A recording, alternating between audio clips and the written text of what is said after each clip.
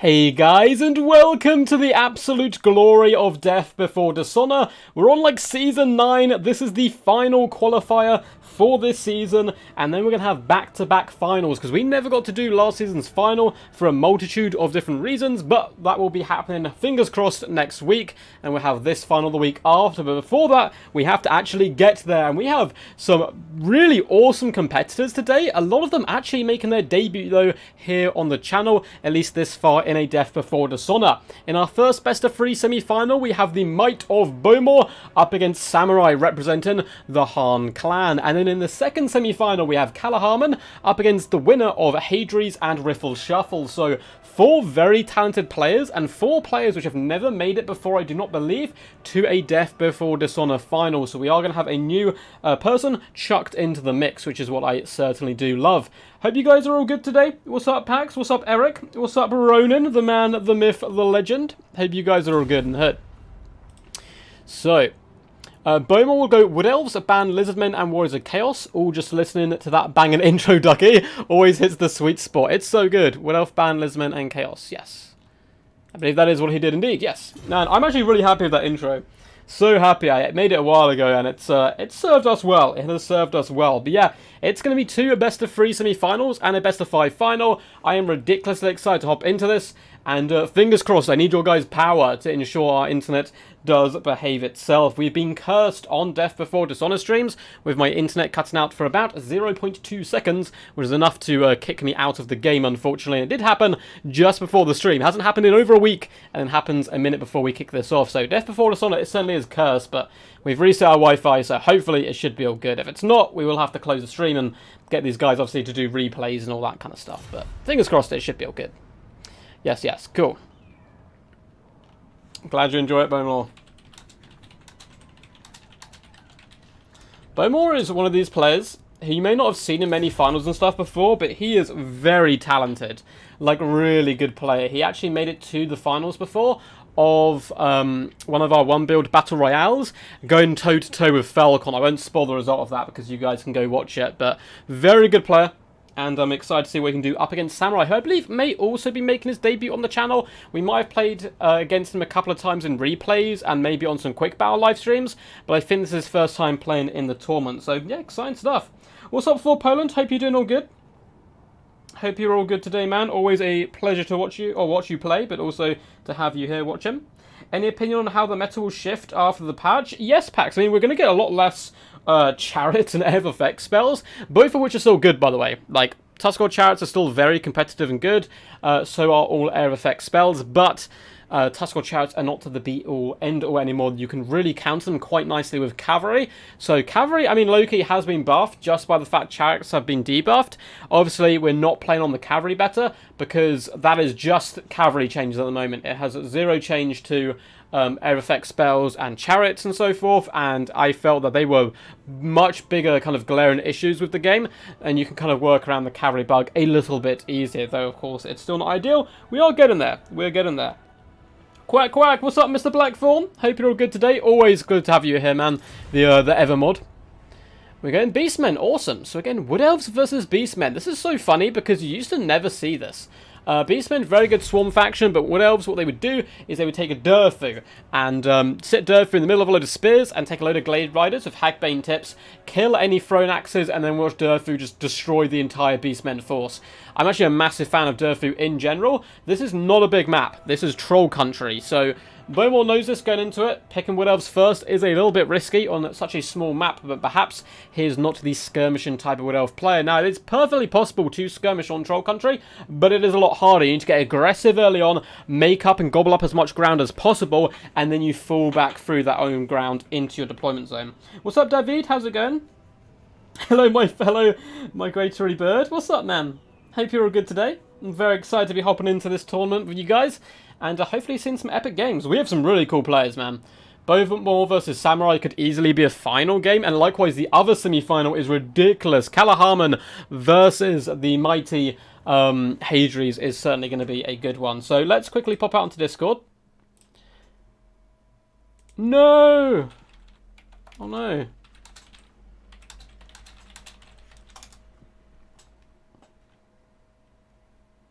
I think Callahan might have to drop from the tournament, which would be a big shame. Make sure he's all good. It might be he's having to wait for a long time. He was our first one into the semi-finals. But unfortunately, his opponent was still waiting. The other part of the bracket was a little bit slow. So we're still waiting on the winner between Hadries and Riffle Shuffle. If that's the case, we may only have one semi-final and then a final. We'll have to wait and see. We might be able to get a replacement for Callahan, unless he can make it or not. We'll have to wait and see what he says. What's up, Wicked D? How's it going, champ? You shall call Durfu Optimus Pine from now on. That is the Great Duck's decree. General Kenobi. Yeah, Optimus Pine is a mighty beastie indeed.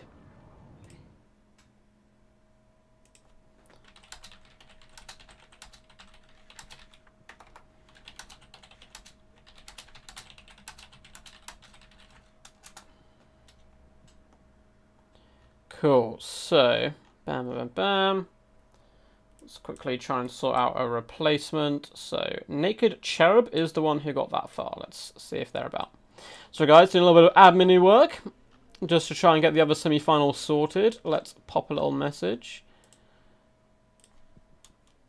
to Naked Cherub. Unfortunately, Callahan something's popped up, so he can't play, which is absolutely fine. That looks like Naked Cherub. Send you a message.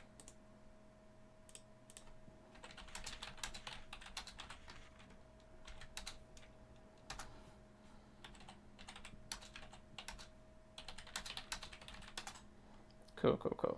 So we'll send a message, see what they say, and if they can get back to us or not. But until then, let's hop into the main game and enjoy this first semi-final. Okay, got a mad build ready when you are. Bowmore coming in with the wild tactics, it would seem, today. Samurai is ready to rumble, so without further ado, let's get this underway.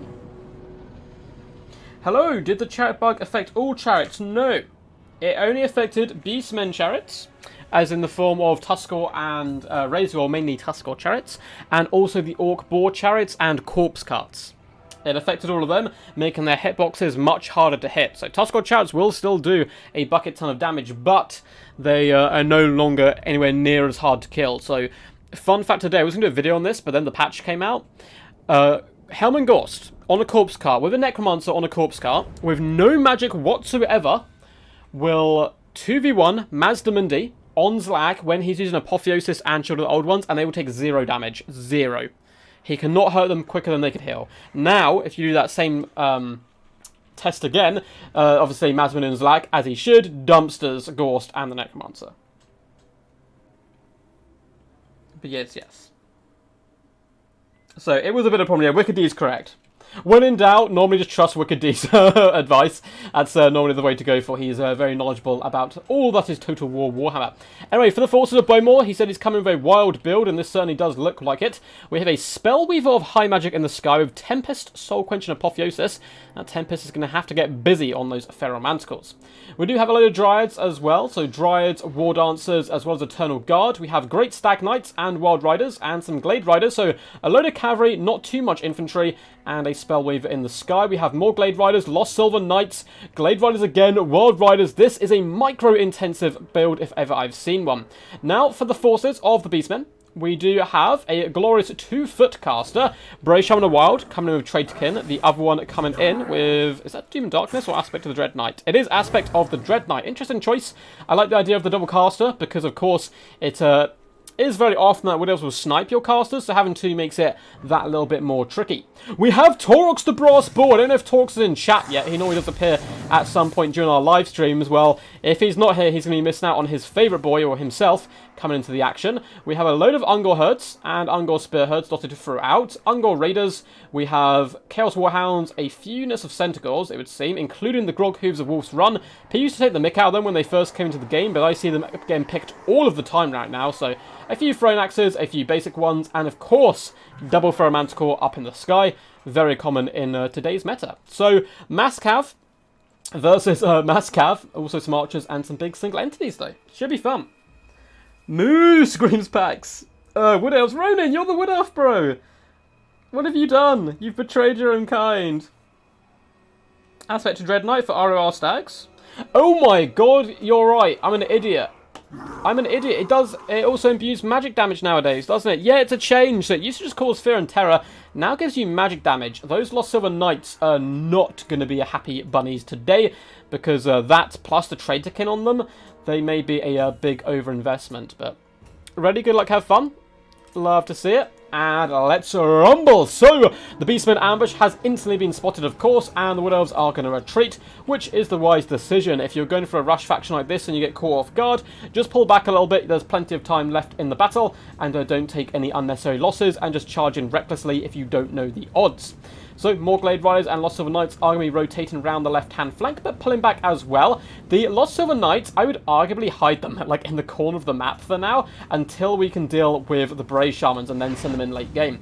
Lovely, lovely Tempest coming in on the Manticores. Not Overcast, though, which may be a bit of a mistake here, because both of these would probably Rampage. Although, is it just a lineup so we can get a lovely Soul Quench? Oh, no, the Soul Quench is going to go down the line instead into one of the Shamans, going for the one who has Traitorkin first, which is not a bad target. That Spellweaver has to be on the move at all times. All the infantry on the left-hand side here is going to be pulling back. This micro is going to be intense by both players, as Dryads do charge in, but Torx the Brass Bull wades deep in the rotten flesh of his enemies, carving and hacking the Dryads to pieces. Lost Silver Knights will be floating out to this left-hand side to ramrod into the Ungod Raiders. Should be able to break them and do some nice work pretty damn quickly. Might be able to win that infantry fight. Now, we are going to get our first Traitorkin going down on the Lost Silver Knights. Going to do some nice damage. It is Overcast. There is the potential for Apotheosis if this Spellweaver can live. Of course, though, there is no way to make the Spellweaver just run away constantly. She does not have skirmish mode. Lost Silver Knights, though, do try to get some instant revenge and hop on top of the Brave Shamans. This would be a really good pick if you can drag down both of them, because Glade Riders are swooping down the hill right now into those archers, doing some nice hit-and-run tactics. Dryads and Eternal Guard are pushing through the front line. Glade Riders, alongside more Glade Riders, are actually doing some good damage in the back, chasing away the Centaurs, and now the Great Stag Knights and Wild Riders can be activated and come into the fight. We can see one Brave Shaman has gone down, the other still just about alive. Wood Elves doing some beautiful work, but the first tiny slip of a micro we have seen all day by Bowmore, and his Spellweaver is engaged in hand-to-hand combat with a Feral Manticore, but rather swiftly corrects that and does fall back, which I like to see. War Dancers, some of the most beautiful units in the battlefield in the new and old world, are slicing and dicing and carving their way through the enemy. Already 64 kills. Tempest does go down on the Manticore, but it's just going to keep it busy, not do too much work. Glade Riders actually get finished off in the back. They were doing a really good job, but because they didn't get the support of the Great Stag Knights and Wild Riders, Centaurs did manage to force them back. Lost Silver Knights are doing a decent job, but the Shamans are still alive, and that could be a big problem. I think the Wood Elves need to focus these guys down at all costs, while Riders are currently fleeing from some Centaurs, but shall turn to engage because the Lost Silver Knights are on approach. Lovely play by the Wood Elves right here, taking the Glade Riders to chase one, although they've been actually dragged back in. That's a bit of a disaster. Brave Shaman, though, does get off the Overcast. Was it to get these guys? It was. Aspect of the Dread Knight has gone down now on the Centaurs as well as the Warhounds, and the Lost Silver Knights are just going to be dead here. That was a huge play, really clutch there by Samurai in his kind of a dying breath for his units there. The Lost Silver Knights are down to just 11 models. They are such a crucial element to this Wood Elf build, but it's not going too terrible for them, apart from the fact there are two Manticores and Torx still on the field. The Wood Elves are doing good in basically all other engagements. One Brave Shaman down, and the next one shall soon follow. So all the magic has been taken off the tables. The Lost Silver Knights did survive with only 9 models, though, but that terror could be useful. Would love to see some Apotheosis come down onto those bad boys and keep them nice and healthy.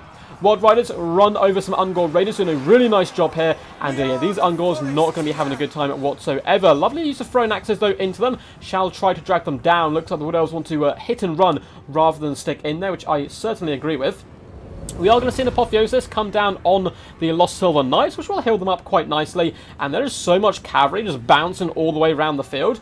And this is kind of funny because, like, I got a load of flack when I said cavalry wasn't in a good place, but it wasn't garbage or unusable, and everyone said I was a liar. Well, look at the amount of cavalry used in this build for absolute devastating effect so far. The Wood Elves done some great hit and run tactics so far. Lovely Tempest once again does go down on the Manticores. I really would like to see that Overcast. I think it does considerably more work. The Manticores, though, both down to about half HP at the moment, will continue their hunt of the Spellweaver, who is relatively healthy at the moment. Wild Riders are doing a decent job, but Centaurs and Warhounds will be hounding them and dragging them down with every failed swoop. And the double Manticores being alive really is quite a big problem. They're fast, mobile terror, so they're good in the late game. And Torx is very healthy, and there's not that much killing power left on the forces of the Wood Elves. Yes, they've managed to dish out the damage to a lot of their enemies. Oh my god, a beautiful Soul Quench. Real top-notch stuff there onto that Ferromanticore. Rampaging it, but not been enough to break it, and that could be a big problem. He wants to start breaking these units as much as possible. There's still 56 Eternal Guard. A load of good play in the back here. Just real good, diligent play. Cycle charging units down on the peripheries of the battlefield, leave the heavy hitters to the end of the game where you can surround and break them with your mass numbers. Despite this, Banter's power is dead even at the moment. Centaurs with thrown axes are being forced out by the Glade Riders, but he needs to be careful. Do not overextend out of friendly territory. Those Centaurs will turn around and dumpster you in a matter of seconds. One Manticore is going to receive a charge and a big old hit there from the Spellweaver. Good play is going to be able to break one of them off the field, and a load more cavalry are now returning back to help dish out the pain. Lost Silver Knights, only 7 models left, but that terror could be crucial in the end. Although the Manticore and Torx themselves, although Torx only causes fear, but the other Manticore does indeed cause terror. Spellweaver does not chase that last Ferromanticore off the field, but instead is just getting to safety, perhaps a little bit scared of Taurox there. Now, if the Beastmen can finish off these Eternal Guard, they're going to be in a relatively decent situation. Though cycle charging in the later stages of the game could start to become a big problem. The Grog Hooves of Wolf's Run and these Thrown Axes are now aiming at the Great Stag Knights, which is a really good play. These guys have armor piercing, so obviously they're a big threat to Taurox and other such units. Unfortunately, the Manticore does break and is forced off at the moment. It looks like that Spellweaver is going to this time go over there and ensure that it is forced off for good. I like this play by the Beastmen, just maintaining the ammunition and only using it on the Great Stag Knights, those kind of key targets, which are going to be a problem in the later throes of the game. Though the War Dancers are dishing out the pain to Taurox. He's starting to take a bit. Eternal Guard doing a good job as well, but up in the skies, the Spellweaver is currently being hunted down by the Manticore, so continue to flee is, of course, a really good idea. Yo, so I've seen a load of people have joined chat. Hope you guys are all good today. This is the first game in our first semi-final. Glade Riders do move back. Wild Riders going to continue to harass, and all the cavalry is really driving hard at those Centaurs now, pushing them away. And if the axes are thrown into the Glade Riders, it is bad news for the Beastmen. Some of them do engage, try to break one unit of Glade Riders quickly. It looks like they do actually manage to do that. Very lovely overload with the Ferromanticore as well. But there's a lot of cav remaining. One Manticore has now indeed shattered and been pushed off for good. This second Manticore may end up getting stuck on the ground here, which would be a disaster. It's trying to flap its little wings, but they're not doing it any help. Wild Riders do manage to rampage it. If a Soul Quench is coming in, now would be the perfect time when it cannot juke. Looks like Centaurs are throwing themselves into the main fight, trying desperately to keep this Manticore alive because it has so much punch towards the later stage of the game. Apotheosis does go down on Lost Silver Knights. Not the worst idea. They do have a lot of healing cap, but they're very low model-wise, which could be quite problematic. It looks like this Manticore is just about stabilizing for now. Centaurs have not terror-outed or anything like that. Lost Silver Knights, though, are continuing to fight strong. And it looks like the Centaurs have been separated from each other. And in comes the Spellweaver. This is desperate times for the Wood Elves. They need to get these models off the field. And they're going to do just that because the tear out has come down. Keeping the Lost Silver Knights alive to the end game was so crucial just because of this. Centaurs are gone, Manticore's gone, Balance Power starts to swoop heavily now in favour of the Wood Elves. The other Centaurs are desperately on approach, trying to get in here and save the day, but their buddies have been shattered. This Manticore is going to be killed as well. Can Taurox hold the line, and with his mighty cleaving axes slaughter and decapitate elves? We'll have to see. Lost Silver Knights are darting in onto him, and he does not do magic damage. That's going to be quite a big problem for him, and he does have the potential to be terror-outed. One unit left is the Grog Hooves of Wolf's Run, but they've been kept busy by some Glade Riders. I like this play by Bowmore. Thrown away a unit, but it distracts the enemy, so it's kind of the right idea. And in comes the Spellweaver, doing a lovely bit of cycle charging with the cavalry as well. Doing some nice hits, but the Spellweaver needs to be careful, taking a big staggering slam to the back of the dome, but the Lost Silver Knights will countercharge in, allow the Spellweaver to get up into the sky once more. Great Stag Knights are now being used to harass the Grog Hooves of Wolf's Run. Not a bad ploy whatsoever. And it looks like this first game is going to be going to the Wood Elves and their mass cavalry mentality of being badasses. Grog Hooves of Wolf's Run do come with a last charge. I mean, it is a rear charge. Lost Silver Knights, though, getting Apotheosis once more. And, yeah, it looks like Taurox most likely will be breaking here. Down he goes without a leader. The other Centaurs break, and it shall be game 1 to Bowmore. Quite frankly, ridiculous micro by Bowmore. Like, ridiculous. That was insane. Now, the reason you don't see Bowmore in more finals, I believe he does have what Turin used to have, or something similar, in his wrist. So he says the longer the tournament goes on, the more he struggles. So you see him a lot in my finals and stuff when we do one build battle royales and those best of one games. But he is going above and beyond. So fuel his wrists with your strength, guys, and cheer him on. But likewise, cheer on for Samurai Man. Amazing game by you as well. 1.6k damage value on Taurox did a good job. The Bray Shaman idea is so cool. The double Bray Shaman with Traitor King and aspect of the Dread Knight. But despite that, because of the good pressure from Bowmore, they got some decent damage value, like 980, but it really wasn't enough in the end. And the Lost Silver Knights managed to just about survive and then assassinate the enemy. Centaurs did a good job. 1,200 damage value, 681, 874, and 850 apiece. The ground forces got slaughtered. Manticores, one did good, 900 damage value. The other kited into the Infinity Realm, which is the Wood Elf way, of course. Spellweaver, 1.7k damage value. Very good play with her. I mean, keeping her alive is way harder than it looks. You saw it slip up once, and she almost got caught, and that could have been the game.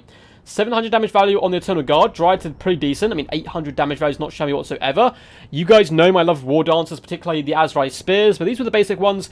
Not the best damage value, but 104 kills, doing a pivotal job in clearing out the chaff to allow the cavalry to then cycle charge anything to the, to victory. Blade Riders, 720 damage value on this unit, which got 111 kills. The others kind of used in a more sacrificial sense. The Stags, 1.3 for Regiment Renown, 1.2 on the basic. Still some of my favourite models and units in the game. But up next, we shall be moving on to Schwarz-Harfen. GG. Phew, I'm so sweaty right now. GG. That was some crazy micro. Next map is set. Oh, that was crazy. What do you guys think of that? Yeah, this is before the cavalry fixes. Basically not a single mistake. Yeah. That was wild, guys. GG, well played, amazing with Earth Micro, I agree. Sad moo, no. Cat Morgan, almighty god of all ducks, how are you doing, buddy? We need to get some games in. I was actually finished yesterday. You sent a message out to the DVD guys. I was like, Morgan, I'm on my deathbed. It's like 2 in the morning. I gotta go to bed. Hope you're all good, man. Glad to have you here. Emmanuel says, GG, man. That was, yeah. Looks like you guys were impressed. I was equally impressed. That was wild. I love these kind of builds. They're simple in theory, but so difficult to execute. So playing micro like this, well, has to be insane. Yeah, 100%.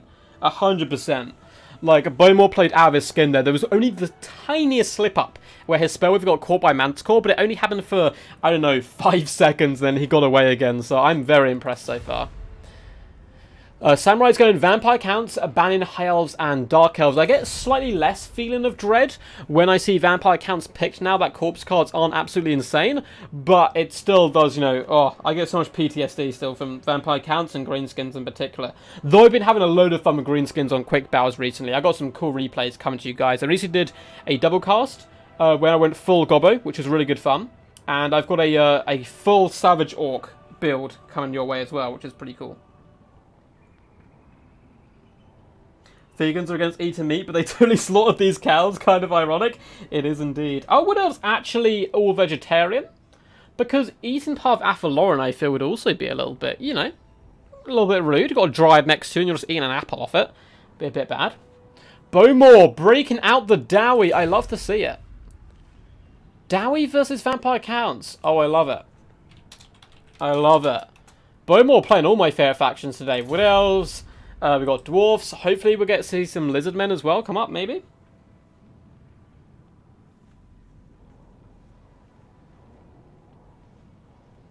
Oh yeah, the Tree Spirits are super angry. Some of them don't even like the Wood Elves, and they like to live with them.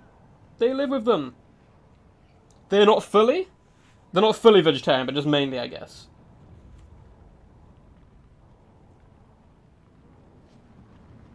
It's all a conspiracy theory, man, says Crypto. Going on around about propaganda, I love it. I love it.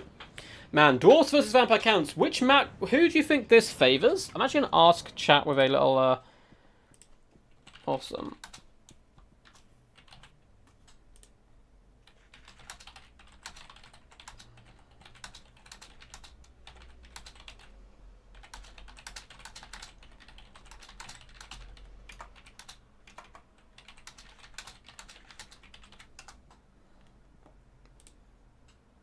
So, unfortunately, Calaharman, the Beast, I was really looking forward as well to seeing him play, because he's like an absolute top Lizardman player, and I love to see top Lizardman play. But unfortunately, he's got something to do, which is absolutely cool. So Naked Cheb will be the person who took him out, or got taken out by Calaharman in the last round, will be taking his place. And it'll be against Riffle Shuffle. Hadries, if you watch this back, bro, you had like the worst possible route to the final. He had to play Suave, followed by Lunacy, followed by Riffle Shuffle. That is like so hard to win, and you did really good, man, getting all the way up to the quarterfinals, but eventually being dragged down 2-1 by the mighty Riffle. So it will be Riffle Shuffle, another excellent player, coming in against Cherub in the second semi-final. But we've got this first one to do. Ducky, I was saying previously, you better cast this game as a replay. It was insane. Let's see. I'm going to quickly message Bowmore. Can you send me replay?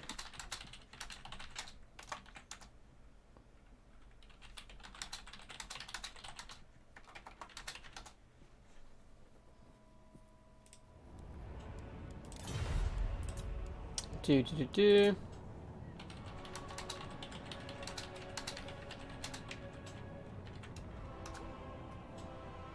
Cool. Yeah, I'll spend more to send it across. Where am I in time? Nick, you've missed one game, and it may well be the game of the stream. Like, I don't know if anyone's going to be able to top that. That was an insane way to start the day. Absolutely madness. Bowmore is one up, though. Afraid to spoil that for you. Oh, no. Let's put that down a bit. There we go.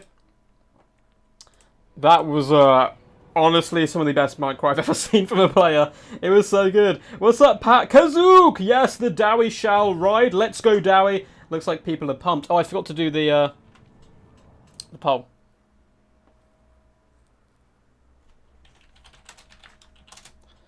Do.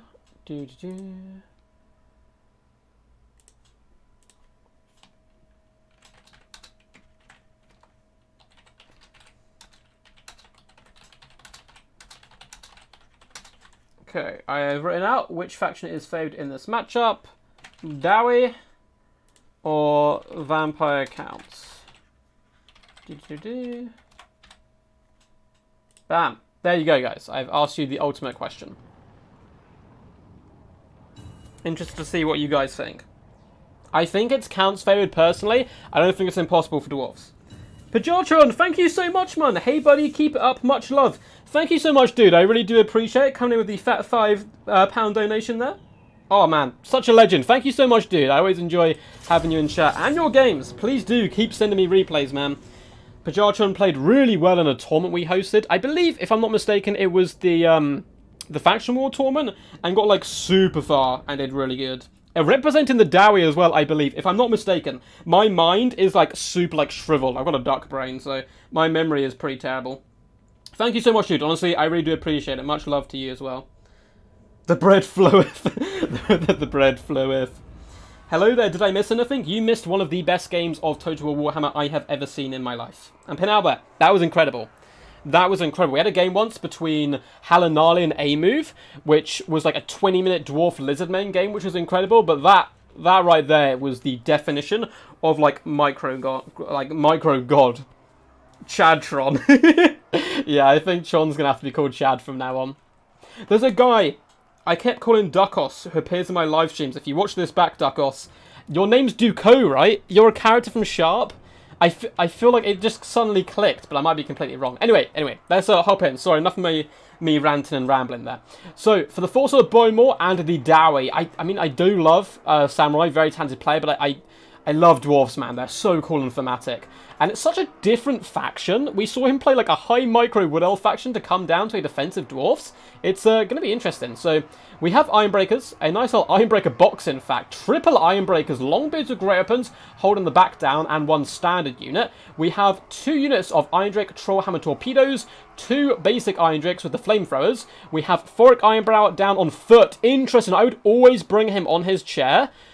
because it makes the enemy lords overcast and miscast, sorry, which the vampire counts kind of have to bring a dragon in this matchup, in my opinion, or it's the main choice, and you have to be casting spells, so it's so good, but he won't do that, I believe, on foot. He does, though, give immune to psychology, has Rune of Wrath and Rune, and Rune of Slowness, so it shall be interesting to see how it performs, and Double Slayer. I like it, taking the high ground as well. For the forces, though, of the counts, we have triple Felbats in the skies. We are going for the old Void tactic. Void kind of popularised this, and it's very good. So you slowly pour in your zombies one by one, and the reason they're in this formation is it takes them longer to die because less of their front is facing, and obviously they're going to take a load of damage. We have a load of Graveguard weapons as well. Not as powerful as they once were in this matchup due to Rune of Wrath and Rune. In fact, we actually have some basic Graveguard in here as well, which I do not like. I don't think they're very good against Dwarfs, but we'll have to see. We have a Necromancer on a Corpse Cart. We have another Corpse Cart, a Vargulf, and up in the skies we have a Larmian Vampire Lordress coming in with Seduction. Going to be very powerful Hex. 41 seconds, minus 24 melee attack is insane. Although, if timed correctly, Rune of Doom could counteract that. We have Lightning Reflexes, we have the Scepter, we have Pendulum, going to be very nice, Raised Dead, Invocation Heck, and Pestilent Breath. Going to be fun to see how this one plans out. This is actually a really interesting tactic. I know a lot of people don't like this kind of style of play, but it is kind of inventive, moving your zombies in like this. Although, to most his whole army might as well advance. He doesn't have that many spells apart from Pendulum that he can kind of cast from afar, but unfortunately for the Dwarfs they did not bring Frog on Chair, which I really do think is quite a big mistake. I mean, does he even have Rune of Doom? He might have taken Rune of Doom off, which is very odd. I mean, it's a different build, but hey, I can't speak on what Bowmore wants to do. Bowmore can do whatever the hell he wants to do after that last game. He has proven he is a god. Good luck, have fun. Awesome to see. Awesome, awesome. Iron Drake boys. Iron Drake boys indeed. I love the Iron Drakes. Imagine if someone shoots a cannon down that column, that'd be a jackpot. Exactly, this kind of tactic though, yeah, can be countered quite heavily. Then again, if your cannon is shooting zombies, not going to be doing too much good, but I mean, yeah, it wouldn't be terrible. Likewise, the flamethrowers are actually going to do really good against this, because they tend to hit the side of a unit, but if there's so much going back, Iron Drakes are going to roast these zombies super hard right now. So they are very slowly advancing, the Vampire Count forces, as is their style. One Vargulf moving out to the right-hand side, the Lord onto the left. Pendulums are going to be key if he can connect with them, because honestly, Ironbreakers are going to dumpster a lot of this infantry, particularly if they get their blasting charges onto the Graveguard instead of onto the zombies, which could also be quite a huge tell here. Iron Drakes are starting to line up some shots. We're going to see some fire birthed into the world, roasting some zombies. Nothing like a bit of smell of napalm and rotten flesh in the morning, and lo and behold, they absolutely do some pretty devastating damage to those zombies. Down to nearly half health from the rep. First zombie summon has been used. They can't do any damage to the Iron Drakes, but they can distract them, and that is huge. A lovely breath attack was missed by Bowmore. Down onto those Iron Breakers. What a clutch shot there. Doing some nice work. It looks like the Trollhammers were aiming at the Vampire Lord, unfortunately catching some zombies instead, which is not too good for your morale. Felbats are swooping down once again, just trying to harass the back line. The Drakes are doing some nice roasting onto the Graveguard. We're also going to see our first Rune of Wrath and Ruin come down onto the Graveguard, doing some decent damage. It is better targeted at the Sternsman. I don't know if we had Sternsman. I felt like we did, but maybe we do not, unless they're moving around the flanks. Nope, they doesn't look like we have them. Okay. Oh my god, Vargulf! Vargulf in trouble. Vargulf in a lot of trouble. Invocation Heck has gone down to try and keep it alive, but it looks like the Iron Drakes were able to open fire, and look at the damage poured through. Luckily, though, for Samurai, he's playing counts, so, you know, unbreakable, basically, or crumbling, so it won't rout off the field. Then again, Dwarfs can't really chase. Oh, this is going to be so disgusting. A Pendulum does go down. Luckily for Bowmore, his slaves were already on the move. They still took big damage, likewise did the Iron Breakers, but they are now looking to surround the Larmian Vampire Lord, which is really good play there. The Iron Drakes are in big trouble, though, which is obviously a bit of a problem. And a lot of the Iron Drakes are starting to be shut down, whilst Graveguard are pouring through the gaps, and that is the problem for Dwarfs in this matchup is, yes, your back line can devastate counts, but can you protect it? Normally, I don't think so. The blasting charges are going in right now, aiming, it would seem, at a mixture of zombies and Graveguard. And it's just zombies, I think. The Vargulf is very danger low. It's going to come in for a snipe attempt on Thorok, who's not quite as tanky as he is, of course, on top of his mighty toilet seat. Another big breath attack coming in. Nice one. Again, roasting a lot of Slayers. Not quite as powerful as the first one we saw, but Slayers are now mixed in, fighting down Graveguard. That is not where you want to be, of course. Looks like the Vargulf may be able to get out of this situation if he gets an Invocation Heck on him. But the big snipe attempt is coming in. We have a Scroll of Shielding going down on the Vampire Lord, a zombie summon as well, and Thoric is well and truly in a lot of problems right now. We do see yet another Invocation Heck go down on the Varghulf. How many Iron Drakes are still active? I mean, there's still 3 units, but none of them can shoot, which is the problem. But, as I say, that Rune of Slowness hits the Vampire Lord, and the Iron Drakes, no! The blasting charges. I don't know if they would have been enough to crumble it, but it would have been close, particularly the Fire Bathing in. That Vampire Lord took so much damage there, a real lucky escape, but lovely juking as well, going back and forth. It looks like the Trollhammers were able to fire, and this is what I mean. If you can keep them online, if you can keep them active, they are devastating. Scroll of Shielding as well, keeping the Vampire Lord alive, and Samurai in this best of 3 semi-final. Looks like the Iron Drakes are going to turn their pain and frustration onto the Varghulf, who is disintegrating and down. That's going to enable the Dwarfs to be much better holding their back line together. But Graveguard are now forcing their way through the front line all over the place, which is very scary. A nice retreat by Samurai. Just heal up. Invocation the Heck. Let your troops do the damage. Your Vampire counts. You play every game slow. It's the way to play. The Graveguard are engaged with Ironbreakers right now. They will do decent up against the Ironbreakers all round, particularly if the Blast Charges haven't been used though. These guys need to switch to Guard mode and throw their Blasting Charges into the Graveguard. The last Breath Attack does come in, hitting some Ironbreakers. The weaker of all the Breath Attacks so far, but still doing some nice work. Iron Drakes are trying to unleash some shots, although one of them is beating back a single Graveguard right here. These guys need to fire. I want to see the shot directly into the flank of these Graveguard will do devastating damage right now.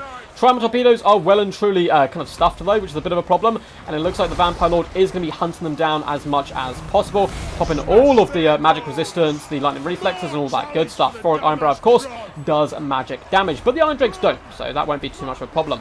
Yet another summon is coming down. Balance Power is going quite heavily away from the Dwarfs. If they'd sniped the Vampire Lord at that opportune moment, I think they'd probably win.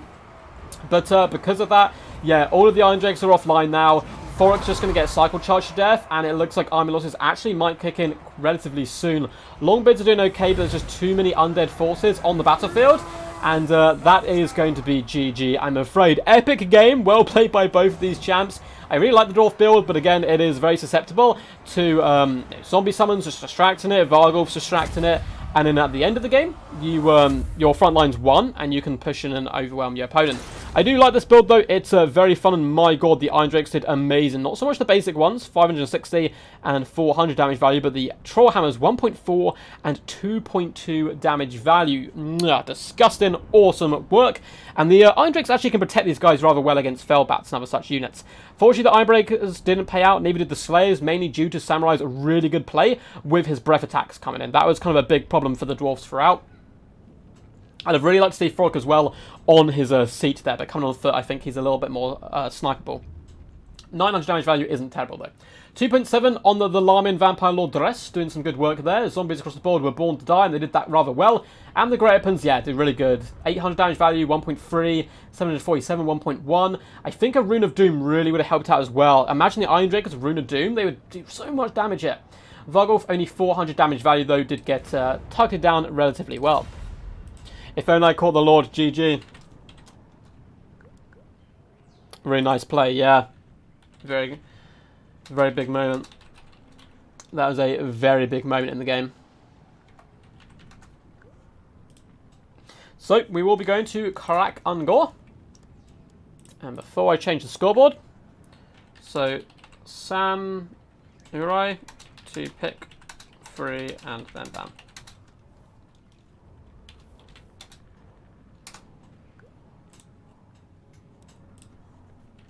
Then Bowmore picks and bans 1. I'm assuming they know this already. It's basically in every single tournament, but I'm just going to put it out there so everyone does indeed know. Right. Let's see what you guys voted. Just about vampire count, so relatively even in fairness. Relatively even it seems from you guys in chat in this matchup. Sorry, Bowmore, that's what you get for trying to dodge the VC mirror. Jeremy with no remorse coming straight in. Coming straight in. Those flamethrowers are so satisfying. It's like they are talking to the darkest corner of my soul, singing the tune of destruction and agony. Nick, really being inspired there by your profile picture, it seems. What's up, Void? How's it going, man? Void will be in. one of the finals, actually, of last season's tournament. Not this one, though. Who's left in the tourney? Man, we've still got quite a lot more to come. I will quickly update the scoreboard. There we go. And it is 1-0 between Bowmore and Samurai. Samurai doing some good work there. Up next after this, it'll be Riffle Shuffle versus... Naked Cherub, who I have no idea who Naked Cherub is. I've never seen Naked Cherub. If you want to say hi in chat, hopefully you are watching, so you know when your fin will be up.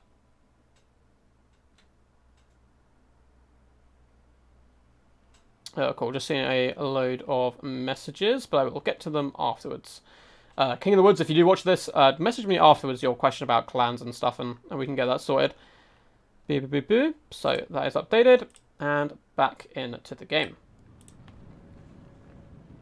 Oh yeah, who's left in the lobby? Yeah, it'd be Cherub versus Riffle Shuffle. Cherub did get knocked out in the quarterfinals, but Callaharman, who beat him, is busy and has to go, unfortunately, which is a real shame because he is as I said before, one of the best Lizardmen players in the game. So I was excited to see some Dino action, but who knows? Cherub may also be a Lizardmen player. I'm unsure. Is there a lore reason Tomb King Lords are weak versus Fire and Vampire Count Lords are not? Yeah, Tomb King Lords are dead, I suppose, whereas the Vampire Count Lords are actually vampires, so they're not dead themselves. They just have very long life expectancy, and they summon the dead around them. Whereas I believe, like, Ark and the Black and stuff are actually like bones, you know, they're not living creatures. I wonder what... Is it Nagash that, like, brings them back from the dead? I'm not sure what their, like, what's the best way of putting it? Like, what their power source is, why they're alive. Vampire Cat Mirror is love. Vampire Cat Mirror is life. Embrace hordes of zombies lovingly grinding against each other in cold embrace. I think I would cry. I think I would cry. Don't listen, you're a hero for sparing us. Benzo is fighting back. Try not to be silenced.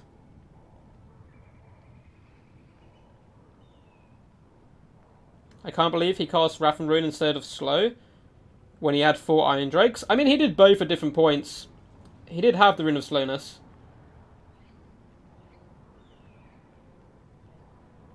A man of culture, I seen. Oh, was it the Lich King?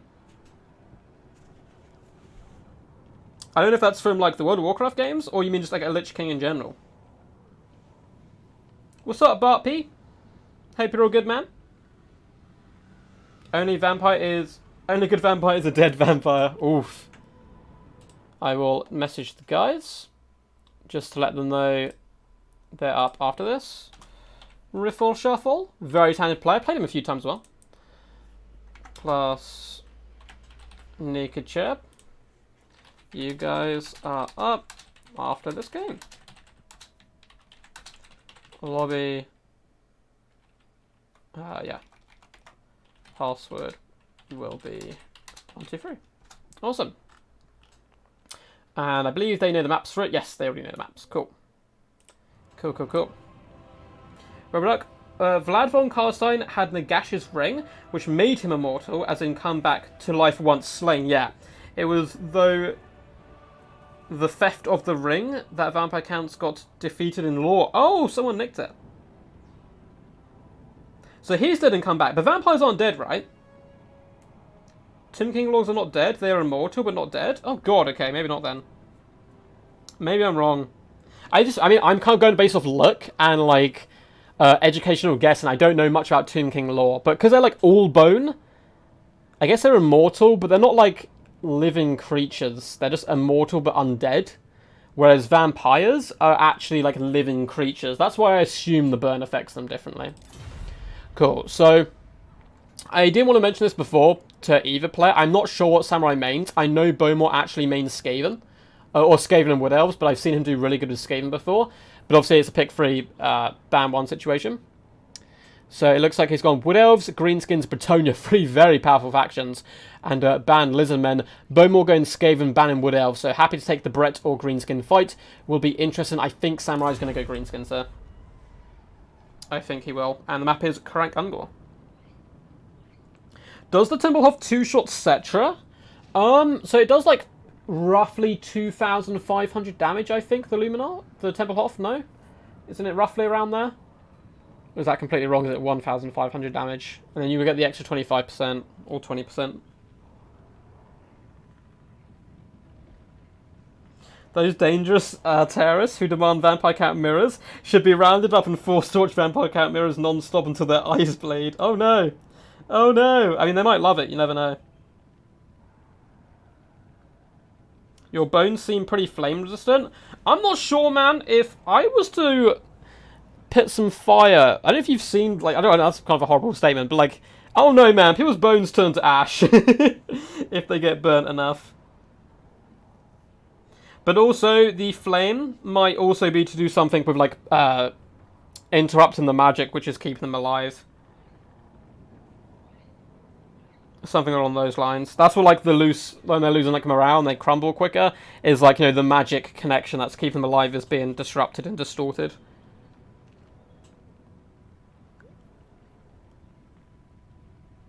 The ring is called the Von Karstein ring in the game.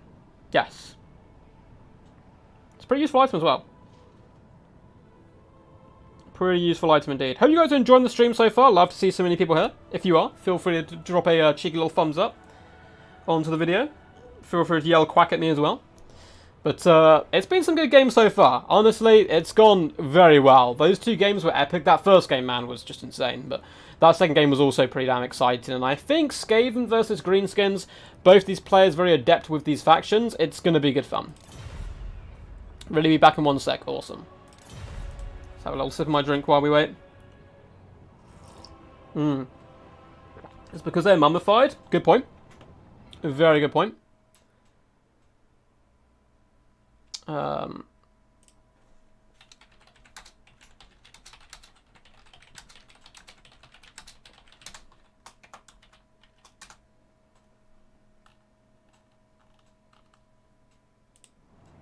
Cool. Sorry, sorting out some messages. What's up, Nafis? Love to see you kicking and streaming as well. What's up? How's it going? Hope you're all good today. Glad to have you here as always. Yeah, we're still going strong. Dropped a video today. Got a live stream today. Doing a live stream tomorrow. And then we will probably, hopefully, either Thursday or Friday next year, be doing the finals of last season DBD. And Monday, most likely, be doing a one build battle royale tournament, which I'm excited for. Unfortunately, I got to go to my boring day job over the weekend. So no stream Saturday, Sunday, but we'll have a stream tomorrow. I'm going to be playing in Logic's Battlemania, so I'll do a point of view stream. Probably this time, I keep like handicapping myself slightly. So last week we did no Legendary Lords, and this week we're probably going to do no Regiment Renown or something along those lines, or maybe like no Cavalry, or no Infantry might be a little bit tricky to pull off.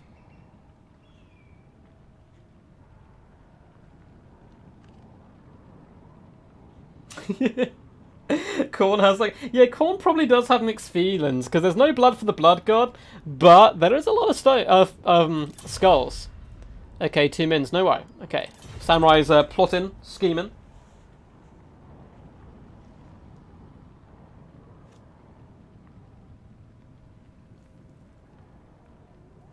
His name was Garrett before. Yeah, I mean, the lore does deliberately, to a point as well, contradict itself, because a lot of the codexes are obviously from points of views of those factions, or mainly because Games Workshop want to sell factions, they want them all to sound cool, so in their own point of view, they are the best of the best. But a lot of, like, for example, the High Elves think they made the Vortex, which they did. They didn't realise the Vortex was actually unstable and going to collapse, but in the Slann are like, oh, hey there, we're going to touch this up for you a little bit and fix it. I don't think the High Elves are aware that happened, though. So the High Elves are like, oh, look, we saved the universe. But in reality, they have failed to save the universe, but got a little bit of a helping hand, which helped them nudge them along a little bit. He's so old, he got 3 names across his life. So he's been bouncing around quite a bit. Right, I'm going to go grab my phone charger, because as an organised ducky, my phone is always running out of battery. And it's how I see you glorious people. I'll be back in literally like 2 seconds while these guys do develop their builds.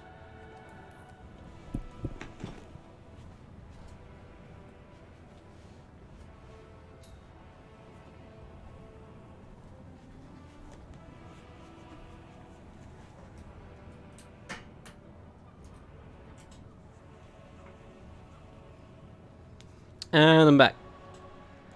boop. Let's pop that on charge, and we're ready to rumble. So, Bowmore versus Samurai. Who's your money on? Skaven or greenskins? Both these guys obviously have displayed top-tier play so far, so it could come down to the builds, could come down to the matchup. Be interested to hear your guys' thoughts. I do know Bowmore played this matchup earlier, actually, in this tournament against my housemate, and managed to win it. So, he's obviously well-versed in the greenskins. He probably brings Skaven as a counter to greenskins, so he's going to be relatively comfortable, I think, going into this matchup. But likewise, I don't know, Grom here is pretty scary. His mass is enough to push through any of the Skaven infantry troops and really get into that juicy back line, so we'll have to wait and see. I mean, Bowmore, Dwarfs and Skaven players, though you would think they're arch enemies, can actually play relatively well. If you learn one, you can kind of learn the other. Those Skaven are a bit more versatile. You can play defensive Skaven very well if you already know how to play Dwarfs defensively pretty well. But Bowmore, obviously, a man of many talents, playing that Wood Elf Rush build earlier as well. There's lots of very good Vampire Count lore videos on YouTube. Yeah, I don't know if Tan Sparkus does lore videos. He might well do. I know Lore Master Sotek's done a ton. Done an absolute ton. Daryl, the absolute champ of the people, coming in with a $20 donation. Thanks so much, man. You hero.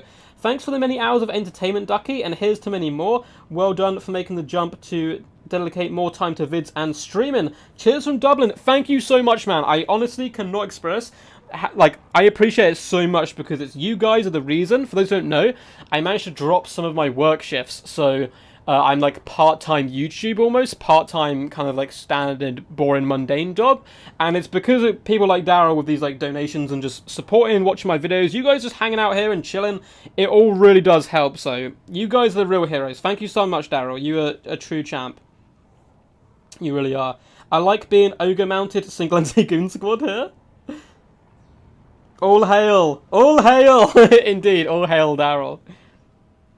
As well as, of course, as the God of Ducks, Cat Morgan, who's still here. We must bow whenever in his presence. So, just going to check Discord.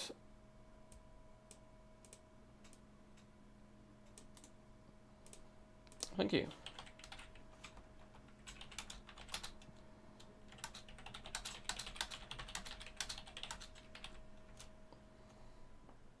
Just going to add you as my friend quickly on Steam.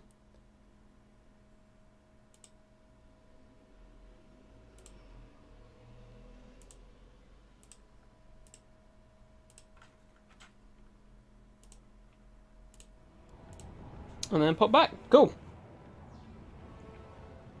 Woo, drop the boring job, make duck themed Total War videos. I'm trying, Benzo, I'm trying, honestly. It's still a long way off.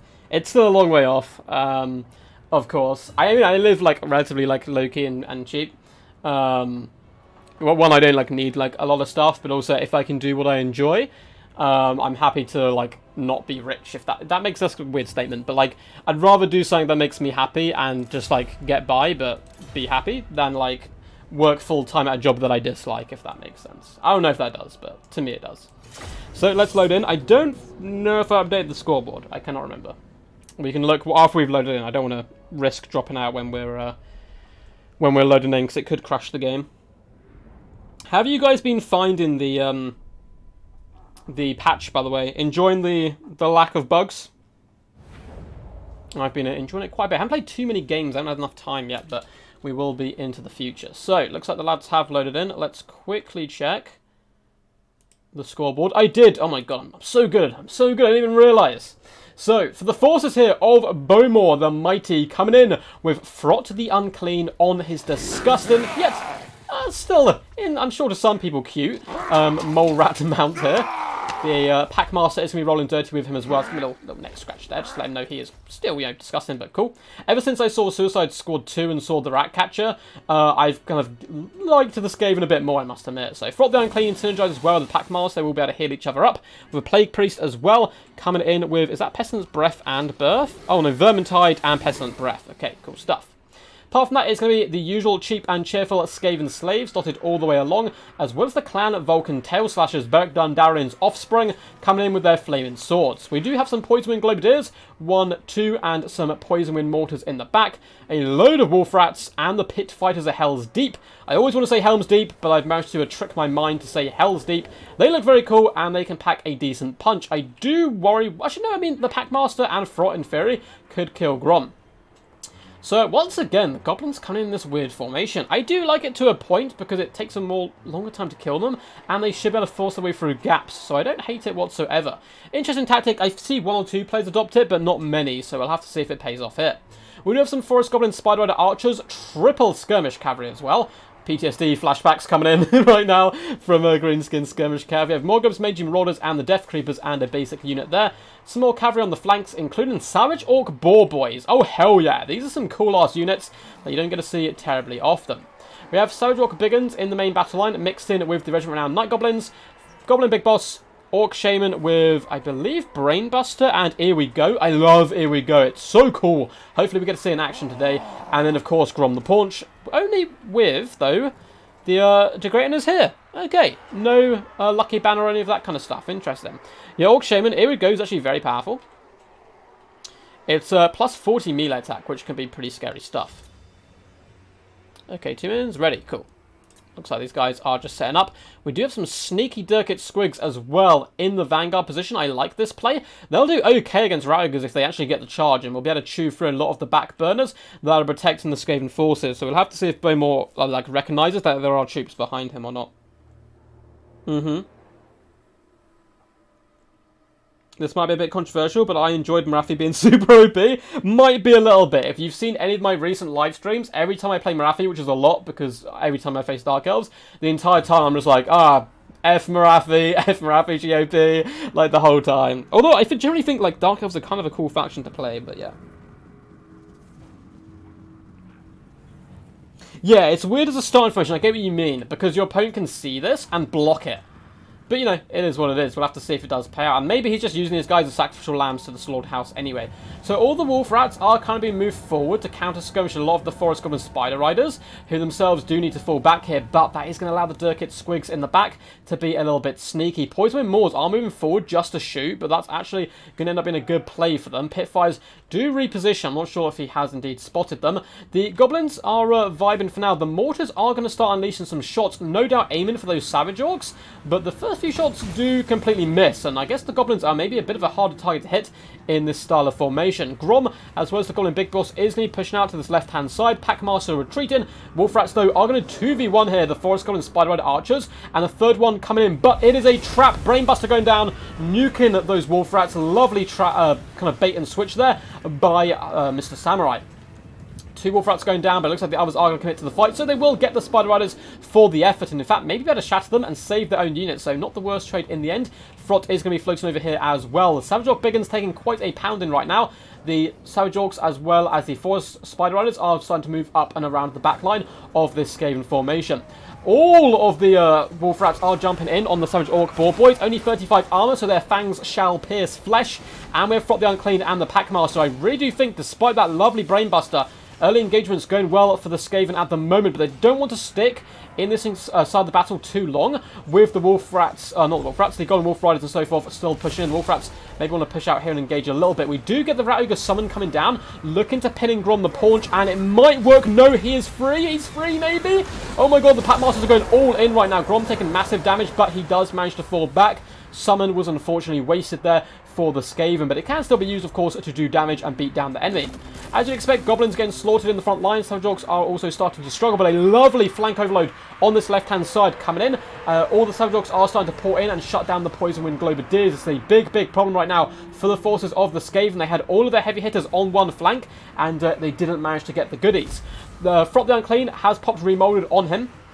That's going to top him up quite nicely, but he took some massive damage right there. Poison Wind Globadiers are doing good damage to the Gobbos, but they need to be doing good damage instead to the Savage Orcs. Looks like those Fanatics are swinging and twirling their dance of death through the front line of Clan Vulcan Tail Slashers. The Raugers are going to be continuing to hound down Grom, but he is basically full health once again. And Skaven are all of a sudden looking in a bad situation after what was initially some really good engagements on the left-hand side. But I love the sneaky, okay, we're going to toy around with a lot of the Skaven forces on one flank and then collapse in on the other side. Brainbuster goes down once again on the Wolf Rats, doing some massive damage to them. Forest Goblin Spider Riders with the War Pop should do okay in that fight, though the Pit Fighters will eventually be able to put them in a body bag. Poison Wing Globadiers have done some nice long-range damage, forcing off Savage Orc units left, right, and centre. The Poison Wing Globadiers are somehow still alive and fighting, but likewise so are all the key elements here for the forces of the Greenies. Goblin Big Boss as well as Grom the Paunch are attempting an assassination attempt right now, but the Packmaster and Frot the Unclean come in to fend him off and drive back Grom once more. Savage Orc Boar Boys are here and fighting, but in come the Pit Fires of Hell's Deep, and the Poison Wing Globadiers are once again unleashing hell, hitting Savage Orc Big Guns right now, doing massive damage. These guys are some of the best units in the game. The Skirmish Contingent has done good damage for the Greenskins. I like to see it as well, pressuring a little bit more on the flanks, but things seem to be going well at the moment for the Greenies. Can we turn that around with an assassination attempt on Grom? I mean, certainly if it works, but Grom is such a crafty little one, and it looks like the Frot the Unclean is taking so much bow fire right now. They need stabbings popped on him, so his armor's down to 30, and he has been killed here. Well, at least broken. There's no way Grom doesn't chase him off the battlefield. I think with that, it's looking very bleak for the forces of the Skaven. They've done a really good job so far, keeping some of their key units, like the Poison Wing Globadiers, online, but they're really running out of troops right now. And those archers, this skirmish cav, its damage value is going to be, quite frankly, disgusting at the end of the game. Packmaster has Scry and Stone popped on him. Grom, though, can he rally in time? Negative 10 leadership. It looks like the Goblin Big Boss has been distracted by the Skaven slaves. Frot needs to come back if there's any chance, I think, for the Skaven to pull this one out. Leadership is negative 5. Is he going to make it? Come on, body, come back. No. Negative 112. Losses kicks in first. And the Greenskins and Samurai with the comeback. Very impressive. This is a game which is very easy to get tilted in. So, losing the first game, back on the Rogue Samurai. A quick 2 whop whop with his old fists. And he's back into the game once more. Very well played. Very, very well played indeed. Good stuff. I mean, I like the initial engagements from Bowmore, but it just left his right flank open, and that's kind of where the Greenskins punished him. Wolfrat's not the most damage value across the board, but again, being used to pinning the enemy. The Globadiers, they paid for themselves at the end of the day. Not bad kills, but unfortunately, the heavy hitters did get dragged down there. Grom the Paunch, 1.3k damage value, still comfortably the best Greenskin. Lord Those Skarsnick's very good, and Wurzag and Azag even in certain matchups. 1000 damage value for the Orc Shaman. Really liked those Brain Blasters. I think they were well placed. So good news there. Of course, the infantry didn't do too much. Big kills across the board, but not much damage value, apart from 946 on this unit, who did manage to surround Frot for a while whilst he was getting his flesh pierced by arrows. 870 on the Durkit Squigs is nice. Cavalry was a real mixed bag. One unit got dumpstered, the other did the dumpstering with over 1000 damage value. Skirmish Cav actually did basically nothing. That's so surprising, apart from the Morgre's Magi Marauders with that armor piercing just shy of 1,200 damage value. Good work there indeed. GG. Nice build. I brought the wrong one for it, for sure. Well played, Bowmore. You're a champ, man. See ya in chat. And well done, Samurai. See you in the finals.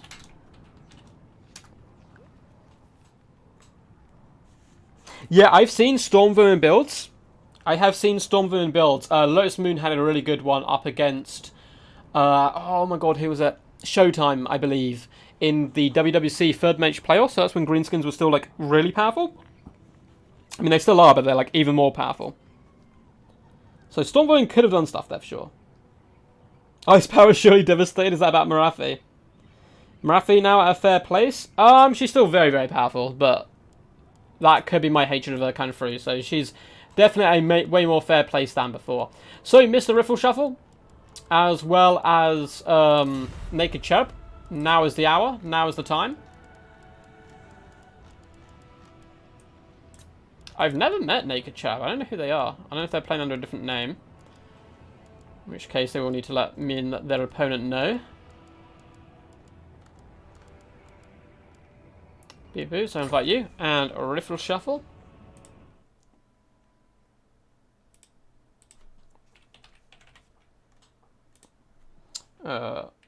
Password is 123. Let me know if you cannot see it.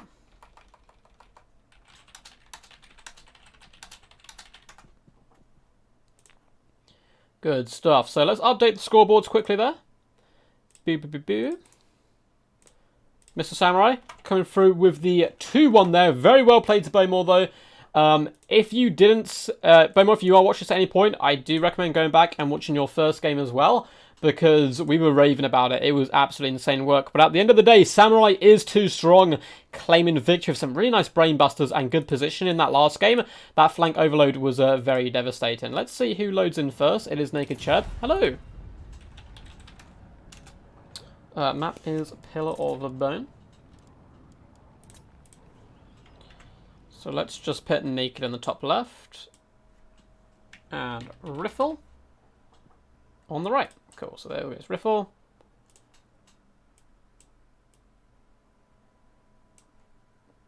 And on the left is Cherub. Or we put Naked because it's funny. There we go.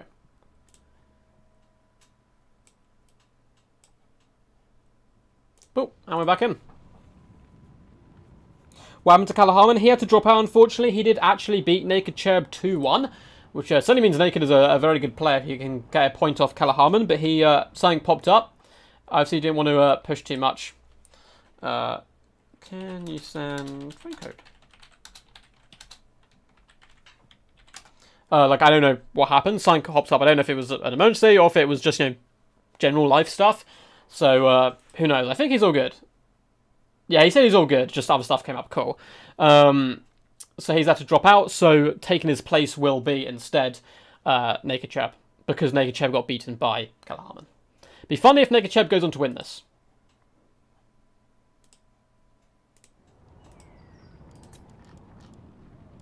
Okay, we're just waiting on a friend code from Mr. Riffle himself.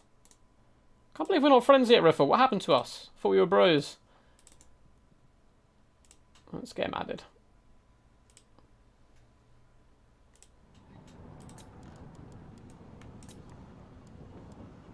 Oh, he has to accept the invite first.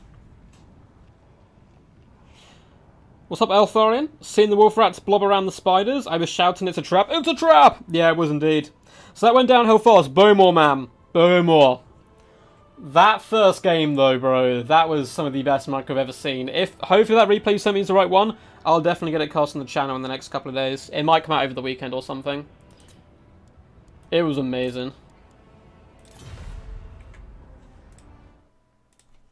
Cool.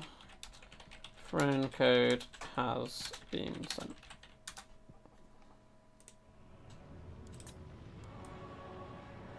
Riffle may be on a hidden mode, so we might not be able to see him.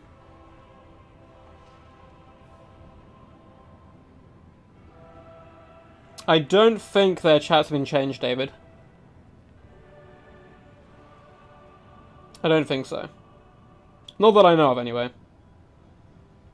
Oh, does Malekith still have his bug on Chariot? Possibly. I think I did hear someone mentioning that, but I'm not sure if they were on the beta, which, or if they were on, like, the base game right now. There he is, the boy. So maps will be Pillar of Bone, Galbaraz, and Iron Sand Desert. Pretty good maps. And for the final, we'll be played on River Maxon, Alpine Ridge, Toothgrass Hill, Tower of Hereth, and Langwill, which of course shall be a best of 5. Malekith is still bugged, that's a shame. He's I actually got a good replay of him coming out, I think tomorrow, where he's actually on his dragon. Actually, is that tomorrow's replay? Who knows? I do a lot of replays in advance at the moment, just because, obviously, on days I work and stuff, I can't be at my computer casting, so I try and get a little batch going in advance.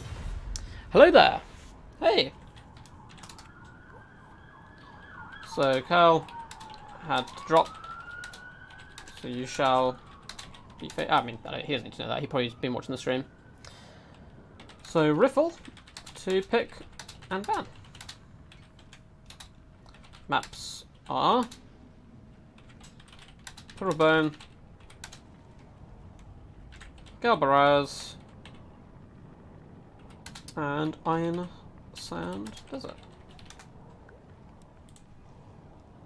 I need to actually fix challenge quickly, I've just realised, because it's going to be completely wrong and an absolute lie. So we can put Samurai 3, Bowmore taking game 1, but Samurai taking game 2 and 3. And that was a good best of 3. That was very good. And then We're unfortunately going to have to put Cherub through. Well, not unfortunately, but unfortunately take away Kalaharman's victory there and put him through. Perfect, so now it is all good.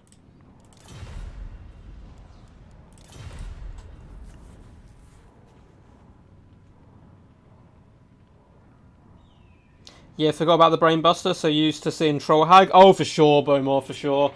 Yeah, so used to seeing that little Gobbo and the River Hag, River Troll Hag together. Spirit Leech, Vindictive Glare. What's up, Elgin of the Mist? How's it going, champ? Hope you're all good today. Chasing rainbows, he does. He does what, though? Oh, does he beat... I mean, Naked beat me, so he must be the best player in the world, says Cypher. I really don't know who Naked is. I don't know if he's like a new player on the scene, an experienced player, or what. So I have no idea what he mains or anything. I don't think I've seen him in one of my tournaments.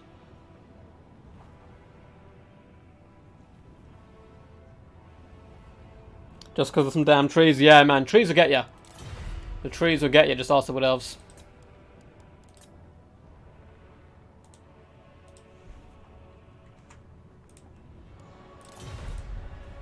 Just ask the Wood Elves. Let's have a little sip of our drink while we wait for these guys. Riffle is plotting and scheming.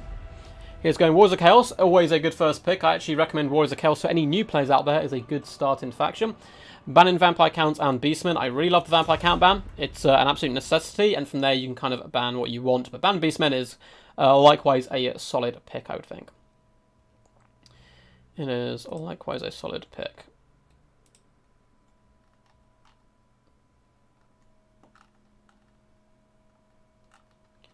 Cool.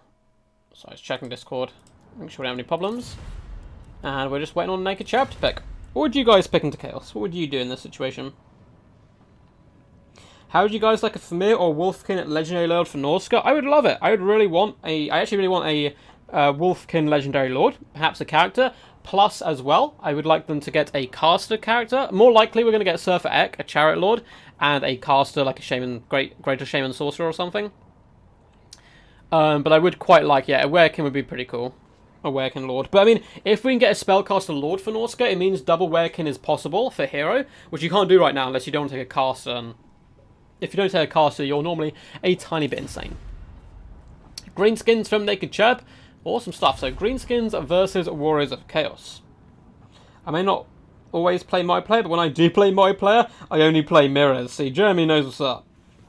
Let's see what you guys think of this matchup then. Let's pop over to the live stream. Make a little poll. Which faction does this match?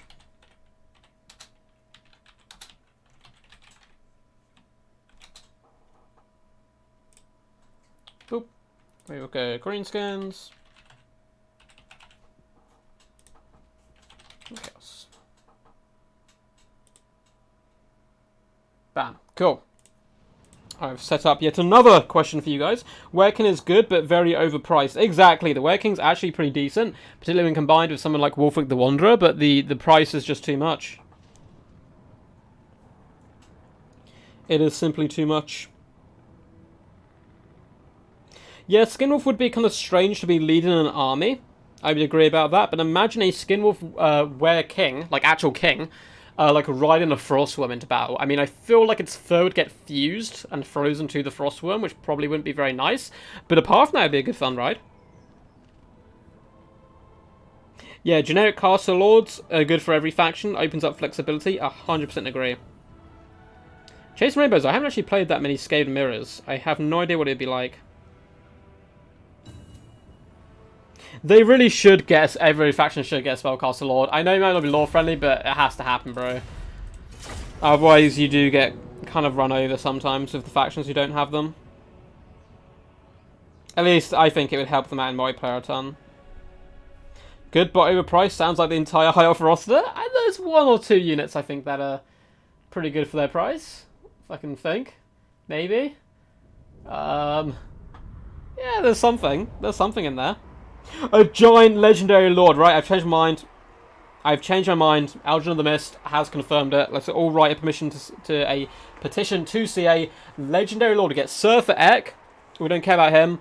We get a giant legendary lord. Oh, it would be a work of beauty. It would be a work of beauty. He can have a little Viking hat on. Oh, it's going to be so good. We can call him like Olaf the Giant or something. Or Bjorn Ironside. We can call him Bjorn Ironside, and he can have like a giant with like massive thick armor on and a giant shield and a big old club. It'd be beautiful. Anyway, let's delve into this. So, for Naked Chirp, it is going to be the Greenies. We've already seen them once today, and they did come out victorious. Can they do it twice? Well, we have a load of goblins dotted through the main battle line, backed up by Black Orcs, the more tough and rugged greenskin forces. Their mighty cleaving axes should be able to pierce flesh and armor that the Chaos can bring. We do have the 8-pick loons, still a very good unit, though they have been nerfed. We have some skirmish cav again on the left-hand side, Goblin Wolf Rider Archers and Forest Goblin Spider Rider Archers on the left. And on the right, we have the same combination. No more Grimm's Mage Marauders, which is interesting. I think they're quite a common pick. We do have a Goblin Rock Clobber. Oh, hell yeah! I'm never going to see the Rock Clobber in action. Go on, Naked Chirp. Love to see it. We have some Orc Biggins as well, helping protect the back line. We have Savage Orc Boar Boys as well on the right flank and on the left. Leading the army, we have, unfortunately, Grom the Paunch, a Goblin Big Boss, and, of course, a Giant Ritual Hag with Spirit Leech spam. So, a little upset we don't get to see Grimgore here or something, but, you know, still, nonetheless, very cool. A man thing doing a tournament soon, by the way, where we do a vote on the best legendary lord for each faction, and that legendary lord is banned. I don't know how you guys feel about that. For a shuffle, we have Warhounds in the back, a load of Skirmish Cav in the front, a wide force of Chaos Warriors and Chaos Marauders. The Warriors are on the flanks with great weapons and holding down at the back there. We do have a Chaos Pharaoh Manticore, in fact 2 in the sky, an Exalted Hero, and the Everduck himself with Final Transmutation. Looks like someone, Riffle, is trying to win my little duck heart by bringing the absolute lad here today. So, the Marauder Horsemasters are going to be falling back, doing some nice little work though, kiting back the Savage Orc Boys and trying to pull them out of position. Looks like they're going to continue to chase, which could be risky with the Marauders coming in here, but they do opt to retreat and move up through the trees themselves. In the back, the Warhounds are being real nice, well used here, and I love the pick of the Rock Lobbers. I was super hyped to see them, but yeah, they're absolutely going to be both going down right now. Maybe this one can be saved. Grom is on the retreat. He does pop a They Need Stabbing, I assume, down on the Exalted Hero.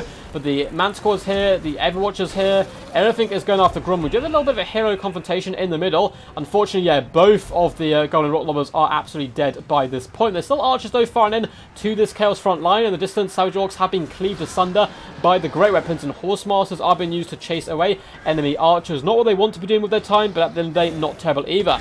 A lovely Final Transmutation down here would be super clutch, because one Chaos Pharaoh Manticore has indeed gone down. It looks like the greenskins taken relatively little damage. I think this is a mistake attacking Grom. Attack the Goblin Big Boss first, kill him. Attack the Giant Ritual Hag. They're far more squishy. We do see though an Overcast, Final Transmutation coming down, and look at the damage. The Giant Ritual Hag is being forced off here. One Manticore has shattered, but just disengage anything here, really. Maybe even the Everwatcher to chase off the Giant Ritual Hag. Use the rest to kill Grom, who is currently powered up by the wall, though. Keep him quite happy. The frontline fight seems to be going relatively well for Chaos. It's a little bit even, but they've busted through that Goblin line, or the kind of front line, and are doing nice work now to some of the more hard-hitting units. We can see Horsemasters have returned. Grom is very close to breaking. If he breaks, that would be huge. And in the back, the Warhound play has managed to catch and ensnare some of these Goblin Wolf Riders in the back. Though on this other one, the Skirmish Cav was saved by some Savage Orc Boar Boys. But at what cost? They let Grom kind of get surrounded, and he may well be going down. If Grom does fall here, that's going to be GG's, I think. Though the Greenskins do continue to fight a lovely Fanatics cast. Hey, we get to see some Dwarf action again as they do swing around, unfortunately. And do some good damage to those Chaos Warriors. 8 Pig Loons up to 37 kills, doing some nice work. And the infantry fight is now starting to turn in favour of the Green Tide. Of course, that war really did help them, but there's a lot of horsemen still throwing axes into the Black Orcs. The Everwatcher can bounce around and do some good work. And is there any hope here to save the Grom the Paunch? I don't think so. I really don't. Like, the Goblin Spider Rider Archers can rain in decent fire here, particularly onto the Manticore, but the Exalted Hero is not going to care. He's going to get that prize. In the distance, we can see the Warhounds have forced off the Goblin Wolf Rider Archers here, doing some good work. Bounce power is very healthy right now for the forces of the Chaos, so they may lose a Manticore here. It's rampaging. It can't really catch these Wolf Riders and Spider Riders if they keep moving like this, and it is taking so much damage right now, but Grom, unfortunately, has been defeated and forced off. The Chaos Warriors will do absolutely fine up against the Orc Big Guns. You can see the Everwatcher is going to be bouncing around between the Black Orcs, looking to win this engagement in the middle. And on the far side, it is all about the Skirmish Cav. A load of Javelins raining down in, and it looks like Cherub is going to bow and bow before the might of Chaos and Riffle Shuffle there. Awesome game by both these chads. I do love this build, simply because it had these Goblin Rock Lobbers, but unfortunately, 50 and 45 damage value. That sneaky play with the Chaos Warhounds was absolutely top-notch there by Mr. Riffle. The Skirmish Cav did, not too much for us. It was kind of fighting the wrong targets for a little while. Black Orcs as well did okay in the middle. I mean, for the most part, the infantry did really struggle. And the Hero Corps did, 900 damage value, 800, 600, decent stuff, but not good enough in the end to win that big mash in the middle with the characters. The Everdark proving to be the greater general than Grom once more, 1,827 damage value. Good work there. Exalted Hero, 1,000. Again, not too shabby. Moors don't do much, but they do help wrap around and absorb a lot of damage, whereas the Great Weapons did solid across the board, all getting 600 to 700 damage value. Skirmish Cav was used rather well, but these Warhounds really were the MVPs. 755 and 468 damage value, but taking out those Rock Lobbers early was pretty damn crucial. Manticores in, okay, nothing too crazy. GG's though to the lads. That was a good, fun game. Let's move over to Galvaraz. GG. Cheb himself is going to go Warriors of Chaos this time. Ban Wood Elves and Dark Elves. Riffle Shuffle shall be going with the forces of Beastmen. He banned them earlier, so obviously he thinks this is a pretty good matchup for the Beastie Boys. Looks like Cherub is ready. Straight out of the gate, already has a build ready, so he's obviously practiced in this. Riffle Shuffle shall be getting the one, though. And let's quickly end that poll. Looks like you guys thought it was mainly Greenskin favoured. I can see that. This matchup is Chaos favored. The 70% shows the bias of Greenskins OP. Well, Greenskins OP just I think it's become so ingrained now that it just hurts my brain. It hurts my brain. I do think Chaos can do very good in that matchup though. Blogar exists in campaign. Who's Blogar? I'll have to look him up. He has Explode and Fart ability. I don't know if you're torn with me right now, but this sounds amazing.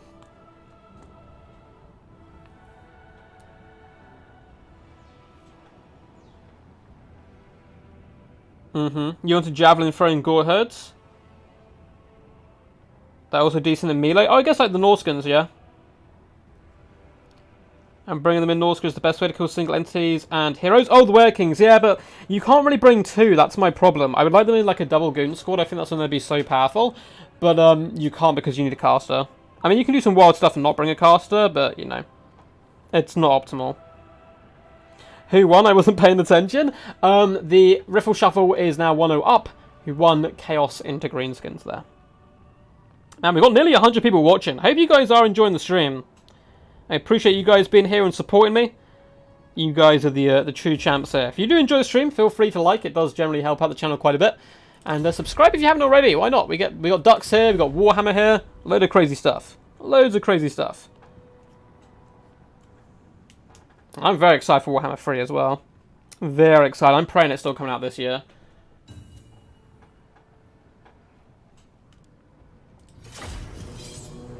Looks like the lads are good to go. So let's rumble.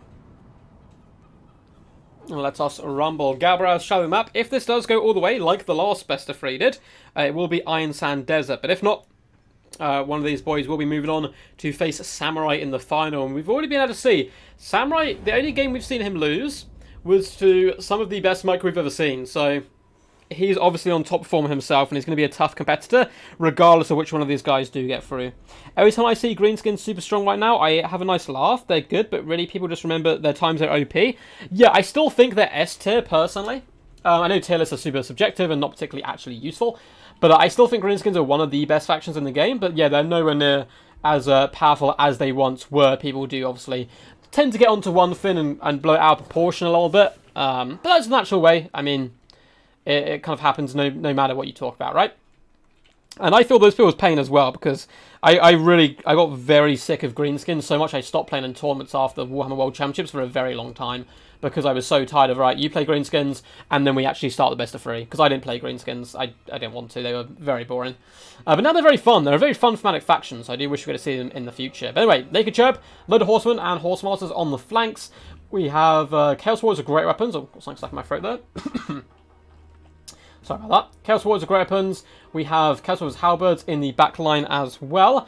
And that's about it. Very simple build. Manticore up in the sky on Exalted, with an Exalted Hero riding it. A Chaos Sorcerer, Lord of Metal with Final Transmutation. I brought this recently as well in some tournament games to great success.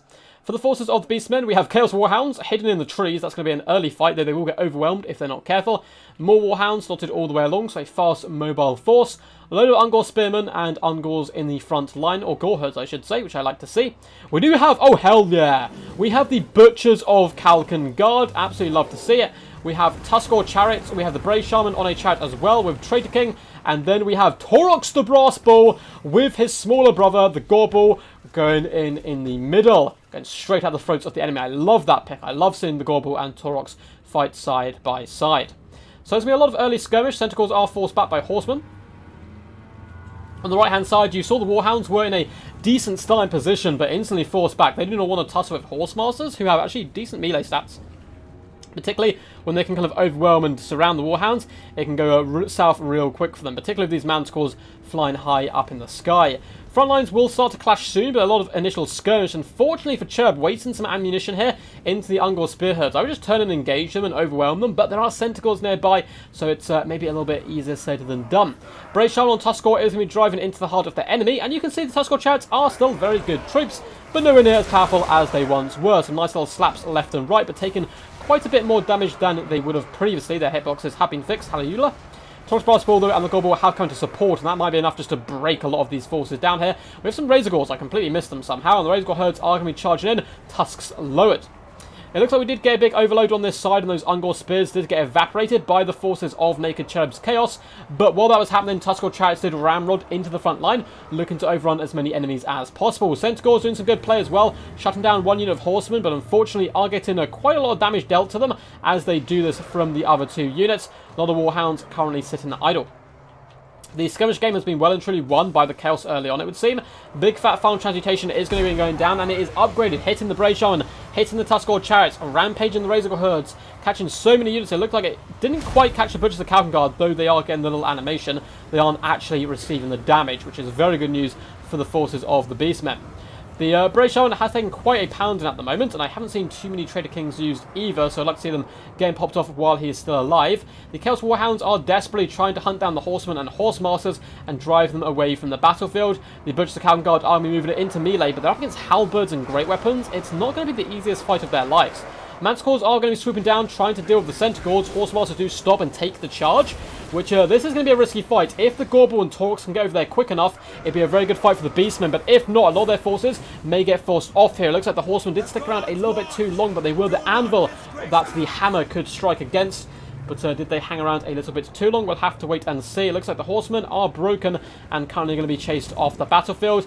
Torox and the Gorbul did just about get here in time, but they're not chasing the right targets. They're chasing away the Horsemen rather than these single entities. Brave Shaman is still just about alive. It looks like we're going to get yet another Traitor King come in. He doesn't actually catch his unit. They were just inside the circle there, but maybe they've taken off like the majority of the unit. Maybe needs to be in the circle now. I'm not sure if that was their fix to the fin being broken before, but it will catch some halberds, will catch some Chaos Warriors, and do some relatively decent damage. Ungor's not going to be the best in this fight, of course, but there you go, not too bad either. The Butchers of Kalkan Guard, once again, are going to charge into the deep onto the halberds. Not a bad target whatsoever, as long as you don't stick in there too long, and it looks like they may better break those halberds rather quickly. I'm very surprised that the Chaos haven't been hunting down this Brave Shaman more. He is very low HP and has been for quite some time. Ungor's tussling out at the moment with Chaos Warriors. Not going to be a good fight for them, but Centaur's doing a good job in the back line. So some really nice early skirmish game. Put Chaos in a state of advantage, but it looks like the Beastmen might fall their way back into this. Warhounds still trying to harass the enemy, Or there's, oh my god, there's only one Tusk or Chariot left. Razor Gauls are going to be able to return as well. Good play here, though, by Naked Cheb. Does finally come after this Bray Shaman, and the Exalted Hero is going to kill it for good. So no more magic for the forces of the Beastmen. But a lot of Overcast Final Transmutations have gone down by now, so there won't be huge amounts of magic left, but maybe one more, and that could be crucial in the later stages of the game. Ungors do have the Chaos Warriors surrounded, but the Chaos Warriors are laughing. Quite happy to cut away all these Ungors, but nice little mobile blob of death coming around, breaking Chaos Warriors, and will probably come over here and save these Ungors as well. Very tight affair so far. Good play by both players. The ammunition is still relatively stable, at least for the later stages of the game for Chaos.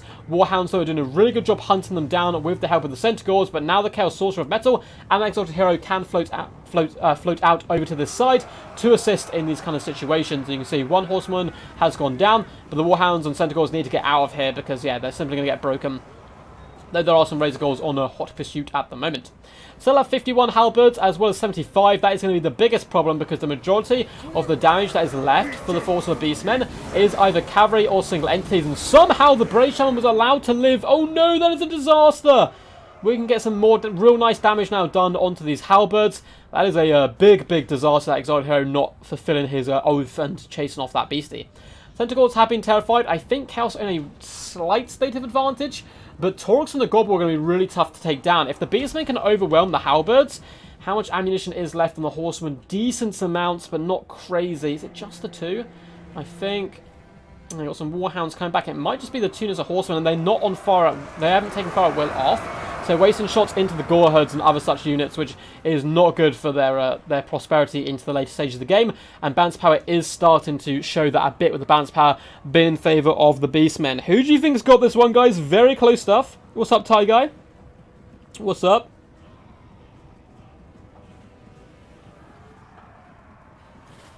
What's up, what's up, what's up?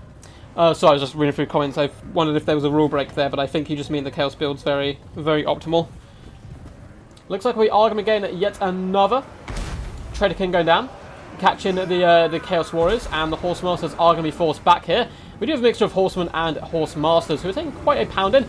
The Chaos Warriors of Halberds do get hit by Trader King, which is just good work.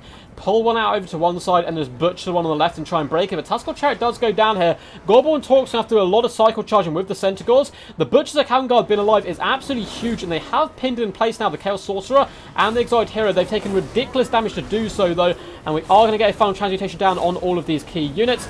Brass Body does get popped, though, to try and keep him active and healthy. It is upgraded. This is going to be a huge fight right now. Who wins this moment could decide the battle, and it looks like it's going in the favour of Chaos, with the Chaos Warriors of Halberds pushing forward, but the Centaurs can kind of try to come in here and swoop, and oh my god, the Chaos Sorcerer Lord took so much damage, but was able to escape, and being able to escape was kind of the goal there, and absolutely crucial to the victory of Chaos, if it is still going to happen. Centaurs do come a lovely side flank. Exalted Heroes will go down here, though, to the Gorbel and talk to Brass Bull. It is all about these halberds. Can they stabilise, and can they fight? Because if so, there is no hope for the Beastmen.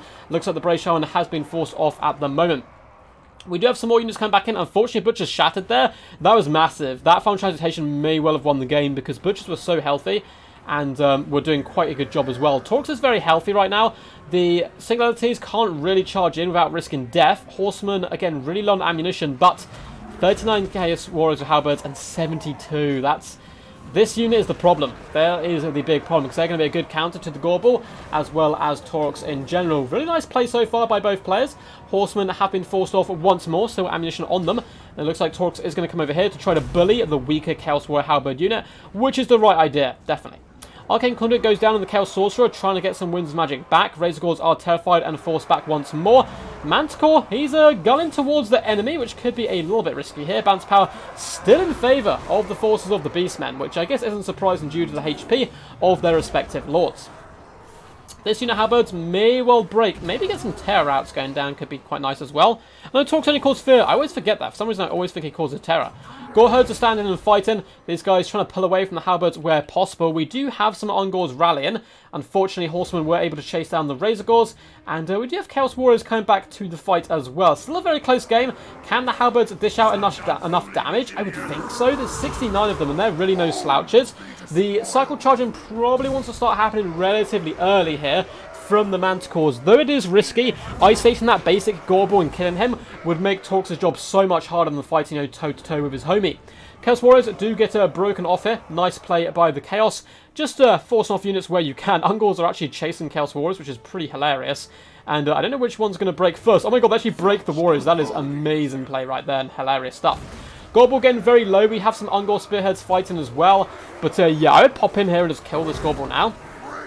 I mean, maybe it won't be needed. Chaos Warriors still relatively healthy. Torx Brass Bull is still not looking too out of shape. The Gorbel, not so good. So the Gorbel does pull back and actually baits in the Exalted Hero, which unfortunately has a big attack animation, and Torx is able to snipe it. Big misplay coming in by the Chaos. I understand wanting to snipe the Gorbel, but it was a trap.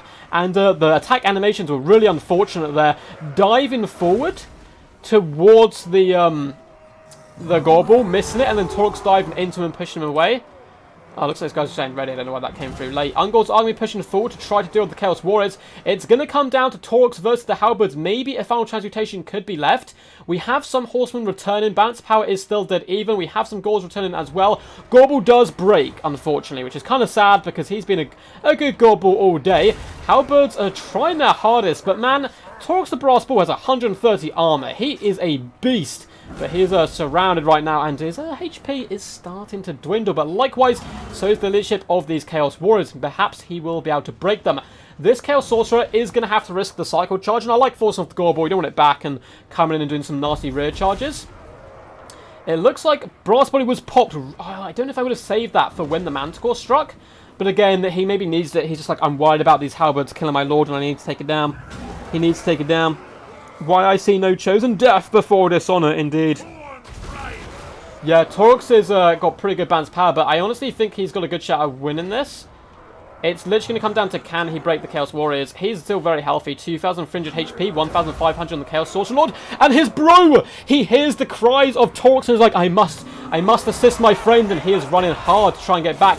Torxo does get hit by the cycle charge of the Chaos Sorcerer Lord, who likewise takes a big old gouge out of the flank of that Manticore, and it looks like a big chain route is starting to come into play. A lovely roly-poly attack into the Halberds. I love that roly-poly animation. It's so cool, and I think he might have this, but the Chaos Sorcerer Lord is going to try to cycle charge once more, and it needs to happen now. He's going to float around to maybe try and get it in the rear, and in he strikes, but his allies are broken. I really do think this Sorcerer should have been cycle charging a lot earlier, and he is no match for the might of Torx the Brass Bull, with his mighty axes slaughtering this Manticore, going for the decapitation, and the Beastmen seal victory. I'm so upset. We have a big fan of the channel called Torx the Brass Bull, who watches a load of our streams, isn't watching today, so he doesn't get to see his beautiful boy thrive. But hopefully he sees this in a replay. And my god, Riffle Shuffle clinging on for dear life there. MVP without a shadow of doubt. Torx 2,364 damage value, 82 kills, man. Torx, take off your hat, man. That was insane. That was insane. 1.3 on the Brace Helmet. I do think Naked Chirp should have kind of the little micro mistake, not killing the Brace Helmet when he had the chance when it was broken, not forcing off the Gorbel either when he was broken. 900 damage value a bit earlier in the game there. The rest of the infantry did basically nothing. 1.3k damage value on the Centaurs. Again, 1.3. Oh my god. Real top play there by Riffle Shuffle with his cavalry. Chariots got dumped, unfortunately. Not paying for themselves whatsoever. Good Warhound play. Not much value on them as well as the larger entities. I mean, Butchers just shy of 1,000 damage value. But it really did come down to the single entities carrying the day. Negacherv, thank you so much for popping back in and replacing Calaharmon, who unfortunately did have to go. So massive shout out to you. I know it's hard getting knocked out of a tournament and then having to come back in and play. But you had some really good games. You made Riffle Shuffle sweat for that. 2,400 damage value on the Chaos Sorcerer Lord. 790 on the Exiled Hero. Good play then. The Halberd's got some really good value, as you'd expect. Fighting Torx for so long. 1.3, 995, 900 damage value. But the cavalry, 1,000 damage value. The rest, 1,000. So yeah, only 2 cavalry really doing amazing. The other 2 doing less good. GG, well played. Awesome set of games. Well done, champ. So we will get Samurai in for the final. And then I'll sort out the banner for you guys so the scores and stuff are correct. Oh no, wrong person. And the map will be River Amaxon.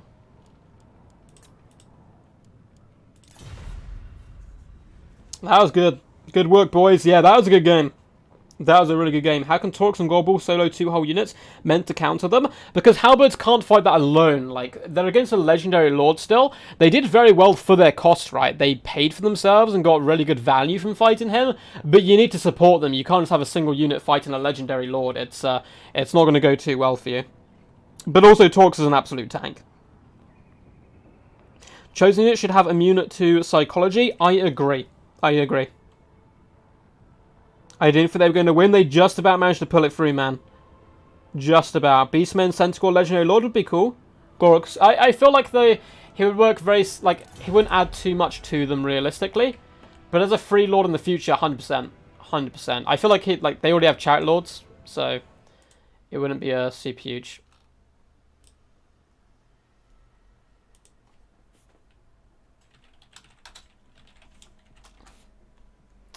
So... Boo. Let's see if Samurai's up. Ah, he is here. Hello. Well done, both, on getting to the finals. It is a best of 5. So we have a best of 5 still, guys. Don't worry. Plenty more games to come yet. Plenty more games. Maps are River and Maxon. Alpine Ridge, Toothgrass Hill, Tower of Hearth, as well as Langwell. And I believe it's Samurai to pick a ban first. I believe. It is.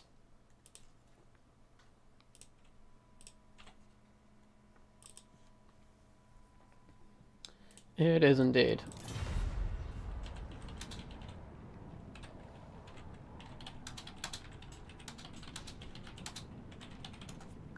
Cool. Awesome. Got it out of the way, now I can come chat with you guys while these guys sort out their builds. While they sort out their builds. Kelligar, nah. Unless it's a dwarf, I don't want it to have immune to psychology. I'd agree. I'd agree.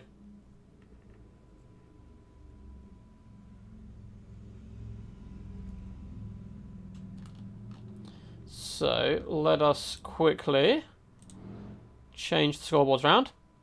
Well done, Riffle Shuffle. He did indeed go... Oh, that's the wrong scoreboard. He did indeed win that 2-0, but now he will be going back down to the lowly O. And let's change the left-hand side name. So, well played, Naked. Thank you so much, man, for popping back in again as well. An absolute champ. And then let's move on to Samurai. This is his first ever Death Before the Sauna, and he might... Or first Death Before the Sauna qualifier, and he might win it, which is kind of crazy. He tried playing the last one, but unfortunately wasn't in the Discord. If you guys do want to play in these in the future, there are links down below to multiple things. Or my Patreon's down there. You can pre-order games down there, cheap and all that kind of good stuff. But also my Discord's down there, which you have to be in to play in events that they host, and it also keeps you up to date when they are happening. Samurai going Vampire Counts. Vampire Count's so popular, man. So popular at a top tier player. They're going Vampire Counts and banning Wood Elves and High Elves. I love those bans. High Elves is nigh on unwinnable. Wood Elves is tough. Riffle Shuffle, if he knows how to play Dark Elves, though, should go Dark Elves. Vampire Counts, I do not think is the best first pick in a best of 5. But, maybe, it's not dreadful. But we'll have to see how it goes.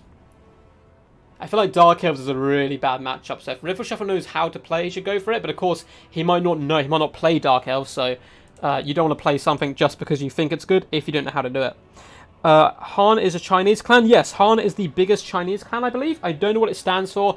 Han Samurai has been around for a very long time in the game. So I think he's the most recognizable Han player, but I think they have their own multiplayer community as well. Come on, Riffle, you know what you have to do. Oh, no. Yeah, might reference the Han Dynasty. Do you guys want Riffle to go VC? I think I'll cry. I just started a Gauze campaign. Love it. How are you finding it, Christopher? Hopefully you're having fun. I haven't done a campaign in so long. I I just started running out of time. It's so weird. I guess it's because we're going quite ham on YouTube and stuff, doing videos every day and all that stuff. I don't really play the game as much as I used to, so most of my game is focused on multiplayer. I didn't play an Oxyotl or Taurox campaign at all. I never played a Sisters of Twilight campaign, so the last 2 DLCs I haven't played a campaign. But I'm going to try to do an Oxyotl one soon. I actually really want to do one.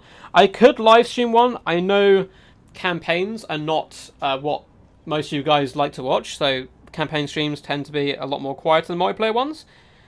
But it might be good to mix in there, here and there. Although I really wouldn't want it to take any of my streaming kind of slots away from multiplayer stuff.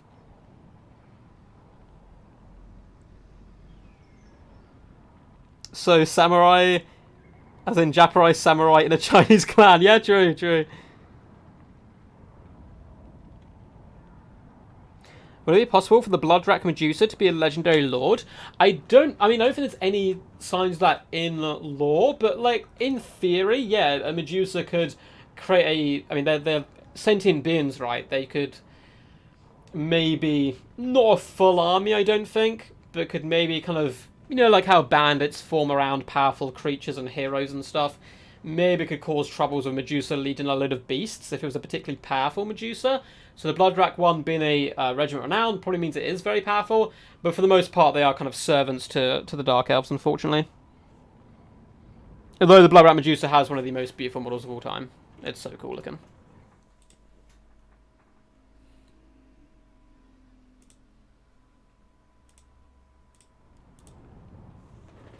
Let's have a little sippersy drink.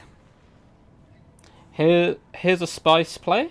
Play on hard deer battle difficulty and adhere to banner rules when assembling the stack. So no archer spam. Oh, Nick! That's an idea. That's actually a pretty cool idea. I like it. Banner rules tournament. We could do, like, head-to-head campaigns with banner rules. This sounds pretty fun. This sounds pretty fun.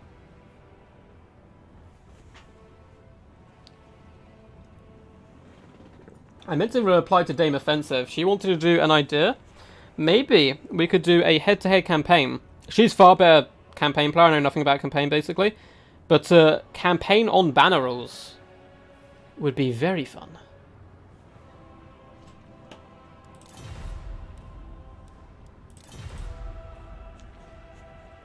I'll ask her and see if she's down for it. She's a Total War Warhammer YouTuber as well. Very talented. Does campaign stuff, though, exclusively.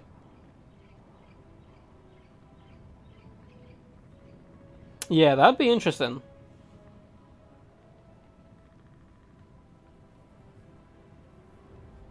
You've done all the vampire counts in Warhammer 1 except Gauls? Oh, cool. That'd be fun. That'd be fun to hop in. And give him a whirl. Give him a twirl.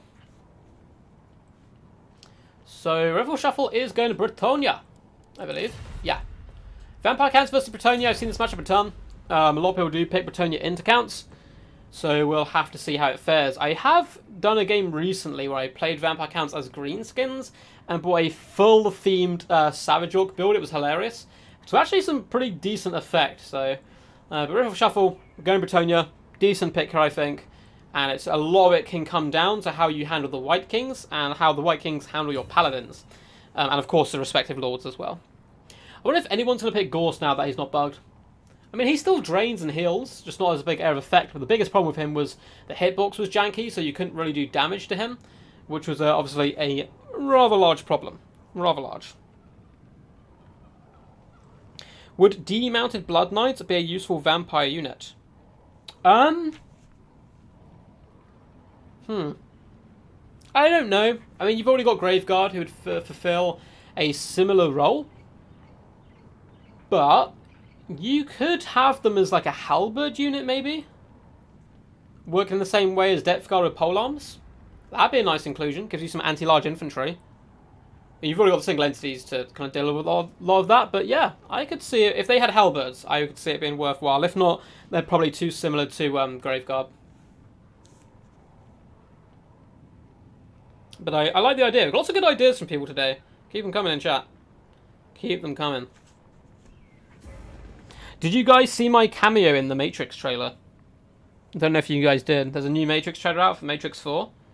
I don't know if anyone managed to spot my cameo.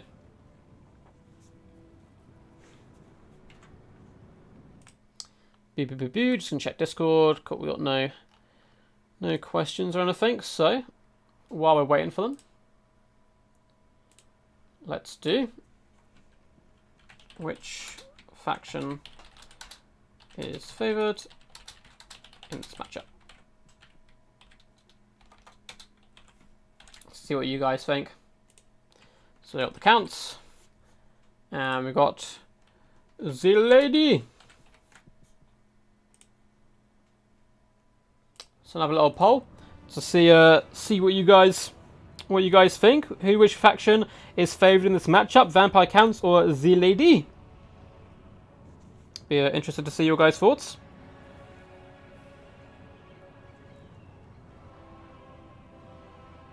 Yeah, you got right on top of his head. Sneaky move. Hey, you did see. Awesome, awesome. Doesn't make much sense lore-wise. What, for Blood Knights to dismount from their horses? I mean, if you lose a horse, you're going to have to find foot. But yeah, I think traditionally they always find a horseback, at least as far as I'm aware, from tabletop days. I played tabletop like so long ago, when I was much younger, back in the glory days. And I don't remember Blood Knights being able to come on foot, but I don't know lore-wise. I don't know so much about the Vampire Count lore.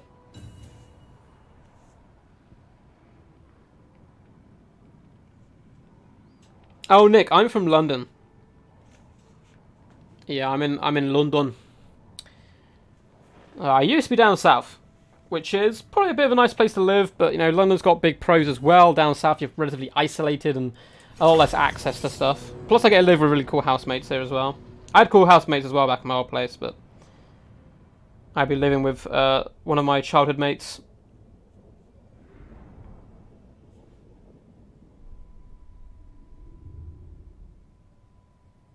Yeah, that'd be cool, Daryl. 100%.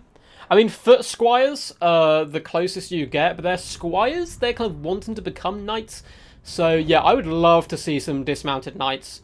And knights, in history, a lot of the time did fight on foot. In certain situations, you dismounted before the battle and moved in to engage because of the terrain. Like, you just couldn't use your horses. Whereas, and of course, you can't really add that too much into this game. I hope more terrain features do start to rear their head in Total Warhammer 3. I actually liked a lot of the mechanics they were adding into Troy or experimenting with. I think some of them are good, some of them are bad, and hopefully the right ones will find their way in to the end. So here we are on the glorious map of River Amaxon, where there is in fact no river. There's the dried up bed of one down the side, but we're in the glorious Lizardmen country. You love to see it. So for the forces of the Counts, we do indeed have some Blood Knights, speaking of them. So Han Samurai, a man of class and culture, it would seem. Blood Knights on the left-hand flank. Then we have Skeleton Spearmen. A load of zombies, once again, going in his traditional format of the kind of... This, someone else used to this ages ago, and I know Void's brought it back a little bit. Someone used to go in this formation as well. I cannot remember who it was way back in the day. We have more Blood Knights over on this flank. We do indeed have a Vargulf. We have a Necromancer and Helman Gorst. Okay, interesting stuff. So we have Helman Gorst. We have a Necromancer with a Vampire of Death with Purple Sun, which is a very cool spell. Invocation Heck and Raise Dead. Load of bats up in the skies. These guys will have to advance out of the forest, though Bretonnian do not have to take that fight into them. But obviously, if they're moving through to attack, that is fine. For the forces of the Bretonnia themselves, we have Knights of the Realm in the back here, so we have 2 units there. Grail Knights in the front, so more bad to the bones, and some Grail Guardians. Nice pick, that magic attacks really can come quite handy up against any ethereal units. We have Peasant Mobs in the middle. We have a load of Peasant Mobs with Pox Arrows. We have Fey Enchantress as well, coming with Awakening of the... Oh, not Awakening of the Wood.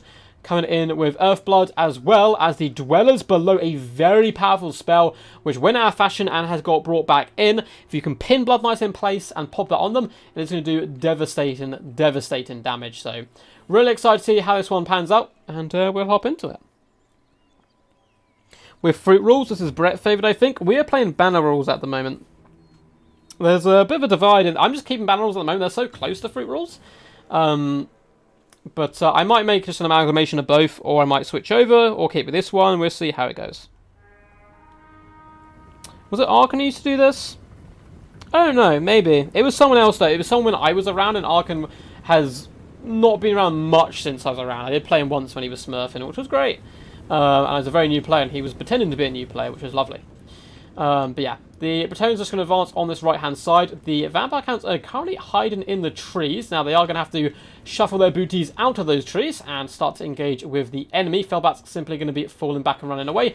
Direwolves do manage to get into some sneaky positions. This unit bounding across the open plain to try and get to these trees before the enemy do spot them. So, Bretonnians are just going to be slow walking this one. There's no need for them to move forward whatsoever.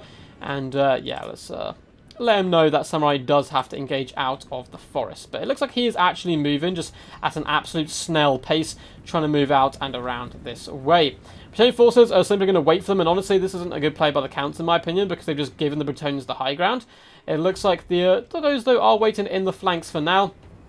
The Vampire Counts are continuously now moving out of the trees, hopefully, and slowly towards the enemy, and yeah, they are indeed doing that. Just taking their jolly good time. Grail Guardians are being very misplayed here. Okay, good. They were standing next to some zombies and not engaging. Vargulfs do bound out. We actually have 2 Vargulfs here who are on the prowl. And yeah, these Grail Guardians really want to retreat back. But again, if the Vargulfs overextend, the archers will rain holy hellfire down upon them and do some really nice work. Counts are now coming out of their little hidey hole right now and starting to approach the Bretonnians. But again, I don't know why he did this. I feel like attacking down this way, you actually get the downhill charge rather than now fighting uphill, is really not going to be advantageous. But it has bought him time to get the Blood Knights as well as Felbats and stuff in nice positions. But the Bowmen are starting to rain shots into the Vargulfs, who are simply going to have to fall back at the moment. Load of shots also pouring into the Vampire of Death. Vampire of Death become very popular these days, which I like to see. It wasn't picked very often before. And I feel like the Purple Sun is kind of the answers to the Dwellers. It's like a similar situation. Vampire getting real over-eager here. Hopping actually and getting some attacks done on the Paladins, who do turn and charge back, which they don't want to take that fight for long, particularly the Vargulfs being forced wide by the fire arrows. They are starting to skirt their way through, and probably going to aim straight for these Peasant Bowmen. Not a bad target whatsoever, but it looks like on this flank, Knights of the Realm are being dumpstered hardcore style here by the Blood Knights, and Faye's not over here to rescue them with a Dwellers below. Paladins are currently bullying the poor little Necromancer here, who is overcasting some spells. Not sure what was cast in the end there. Might have been a... what spells does he have? Maybe a Raised Dead or Invocation the heck. Grail Knights are doing okay up against the Blood Knights in what is a ferocious fight on this side. We do have more Knights, though, who need to push through and get into the rear and really kill this unit as quickly as possible, because you don't want any of that healing. Surprisingly, the Peasant Bowmen are shooting the bats right now, which they're going to take a little bit of damage, unfortunately. We are going to see the first Chalice of Potions coming into the sky. Oh my god, look at that. Right up in the air, there's like a little glitch in the sky. Comes down, does okay damage to the Skeleton Spearman, but it takes a very long time to cast and was for the most part dodged. Bretonnia doing a decent job. Grail Knights are really bringing the pain to the Vargulfs. One very much beat up, and the Blood Knights as well getting eviscerated. It looks like the Bretonnians have been busy on that flank with the support here of the Peasant Bowmen. Are we going to see a Purple Sun? That's what I want. That's what I want. We do get a Zombie Summon instead. Is the Vampire of Death still with us? She is indeed. Paladins have taken a bit of a beating right now, and it looks like the Knights have been dragged back to dispatch the Felbats and save the Peasant Bowmen. It looks like things are going pretty well for Bretonnia for now, but you can never count out the Vampire Counts. Blood Knights are being whittled down, and I think one Vargulf has had the killing blow brought upon it. Direwolves are on the hunt, though, and this could be a big turning moment, so we get a fat Purple Sun down on top of the Knights of Realm. Unfortunately, the Grail Guardians do manage to retreat here, slamming into the Direwolves and saving the Peasant Bowmen. Really nice play there by Riffle Shuffle, and it looks like the Purple Sun does, unfortunately, do some good damage, but goes out with more of a whiff than a roar. Paladins are being hunted right now by the Vampire of Death. Helm and Gorst is very healthy still. Peasant Bowmen trying to finish off the Felbats before they're engaged in combat, which, you know, if you're going to shoot something, try to shoot the thing killing you, but I don't think it's going to work in time.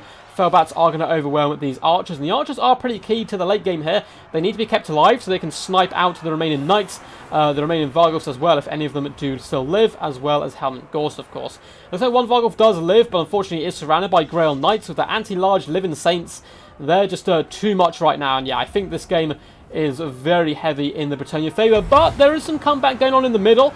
You can see the Vampiress, or Vampire of Death, however you want to call her, and Helm and Gorst have done a good job hunting down those Paladins, but a lot of fire damage is starting to be poured in with the Grail Guardians, holding it down for the Fey Enchantress, and we are going to see a Fat Dwellers below. The Blood Knights, for the most part, manage to retreat out of it, but still going to catch them a little bit, do some nice damage as well to the Regiment of Renowned Skeleton Warriors, but a Purple Sun's going to come in. The Purple Sun of Death, I used to call it back in the day on the tabletop because it was so good versus Lizardmen. does come down, but oh, it does some nice damage to the Grail Guardians, but unfortunately goes in the wrong direction. Is going to catch some Knights of the Realm though, and oh my god, they stop right in the middle of it. That's some lovely damage right there, and we now get a potion come down as well. All of the big heavy hitting spells coming in. Helmengorst is falling back, unfortunately nowhere near as tanky as he was. Well, fortunately really. A lovely potion this time. It does clatter the Necromancer right on the top of the dome. Vampire of Death is going strong, but Helmengorst is not. Army losses will set in soon, as the Knights, who are rather ragged right now, charge in from all directions, looking to overwhelm the Blood Knights and Helmengorst, and it looks like the Grail Knights may be able to fulfill their Knight Oaths. Army losses kicks in, and the Vampire counts do fall. Awesome work there. Awesome stuff. Really close battle. I think Riffle Shuffle handled it pretty well, though, keeping the archers online. Look how much ammo they have left in the end game, yeah. Once you take away those heavy hitters and fellbats, which can force your way into the back line, Peasant Bowmen are a death sentence to Vampire counts there.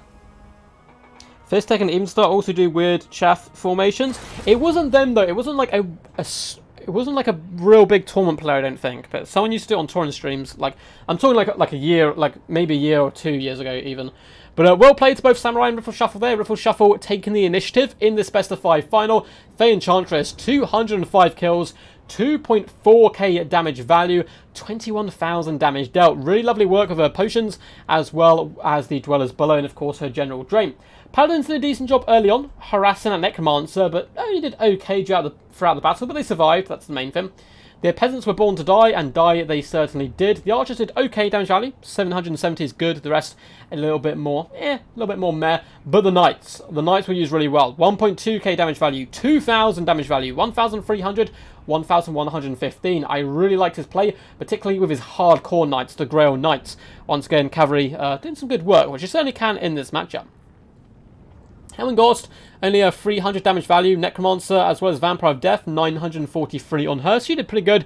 The other characters really suffered.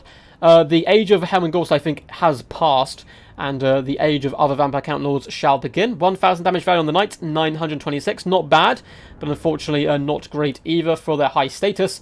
And the Vargals also biting the bullet there quite painfully. So up next, we are on Alpine Ridge. GG. Alpine Ridge is the next map. This is sad to watch. Give our Gorse bug back. No, Neckbert, no. I shall not allow it. I will not allow the treachery to come in. Let us see what you guys voted. You guys thought that was slightly counts vote, but again, very close. Very close. I just imagine a man at arms with a Born to Die on his helmet in Vietnam style. That'd be pretty gangster, actually. There's some really cool artwork someone did with Skaven when they're like landing in Lustria, and I think Quick Caretaker had Born to Die like scribbled across his armor, and there's like skinks and trees and stuff. It was really cool. It might have been Tank. Yeah, it might have been Tank. Who knows?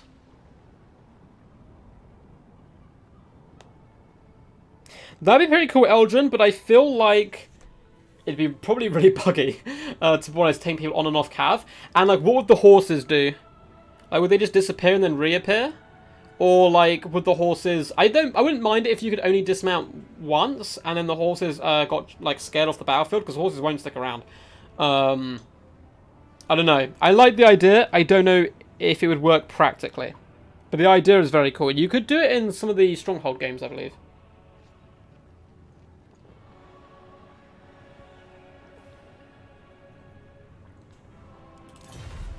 So Riffle Shuffle, going Beastmen. We've seen a decent amount of Beastmen today.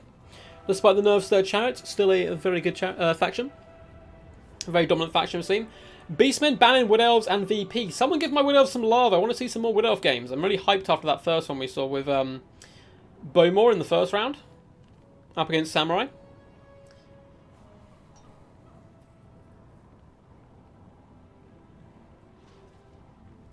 Oh, it is like a formation that they teach in their clan. Okay, cool.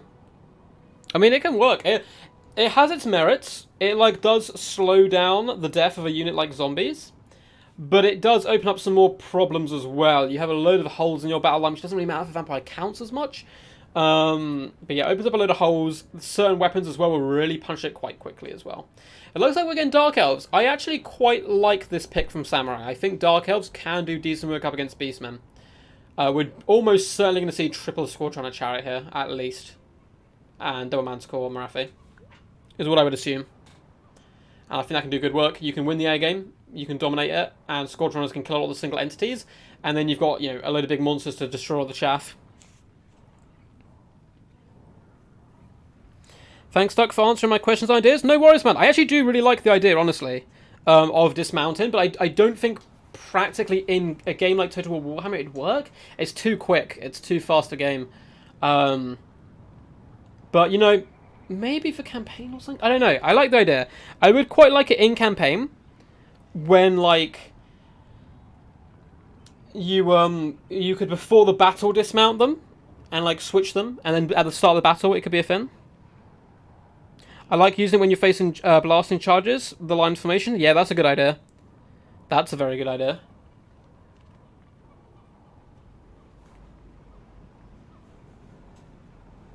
I can see the formation working pretty juicy there. Just going to check everything, make sure the stream is running all good. I'm very happy it is. Very happy it is. With the internet threatening to be a pain in the butt, but luckily it was not at the end of the day.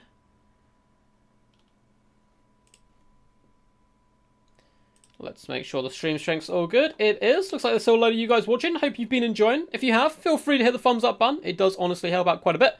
And subscribe if you haven't already. I don't know why you haven't. Looking at you. Looking at you. Yeah, you. You know who you are. You know exactly who you are. But honestly, I'm really happy just to have you guys here. It's so cool to watch the channel grow over time.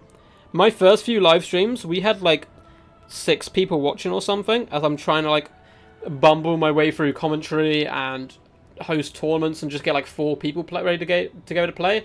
And now it's like, hey, every time we stream, we got people here chilling and vibing, a load of people competing in awesome tournaments. So I hope it has helped out the community and pushed it forward. Yeah, you could dodge quite well with that, unless if the blasting charges waited, so you took fire off at will and then threw it when the line formation's close, wouldn't it do more damage to the line formation then than it would a normal one? Huh, we'll have to do some testing. We'll have to do some testing to see how that goes. Once the line's like nearly engaged and then they throw the blasting charges, what happens then? Who knows? Anyway, we will be on Alpine Ridge, which is going to be a good fun map. Big old shot blocker in the middle in the form of a hill, which is why I quite like it. It won't really affect either of these two factions too much, you wouldn't think.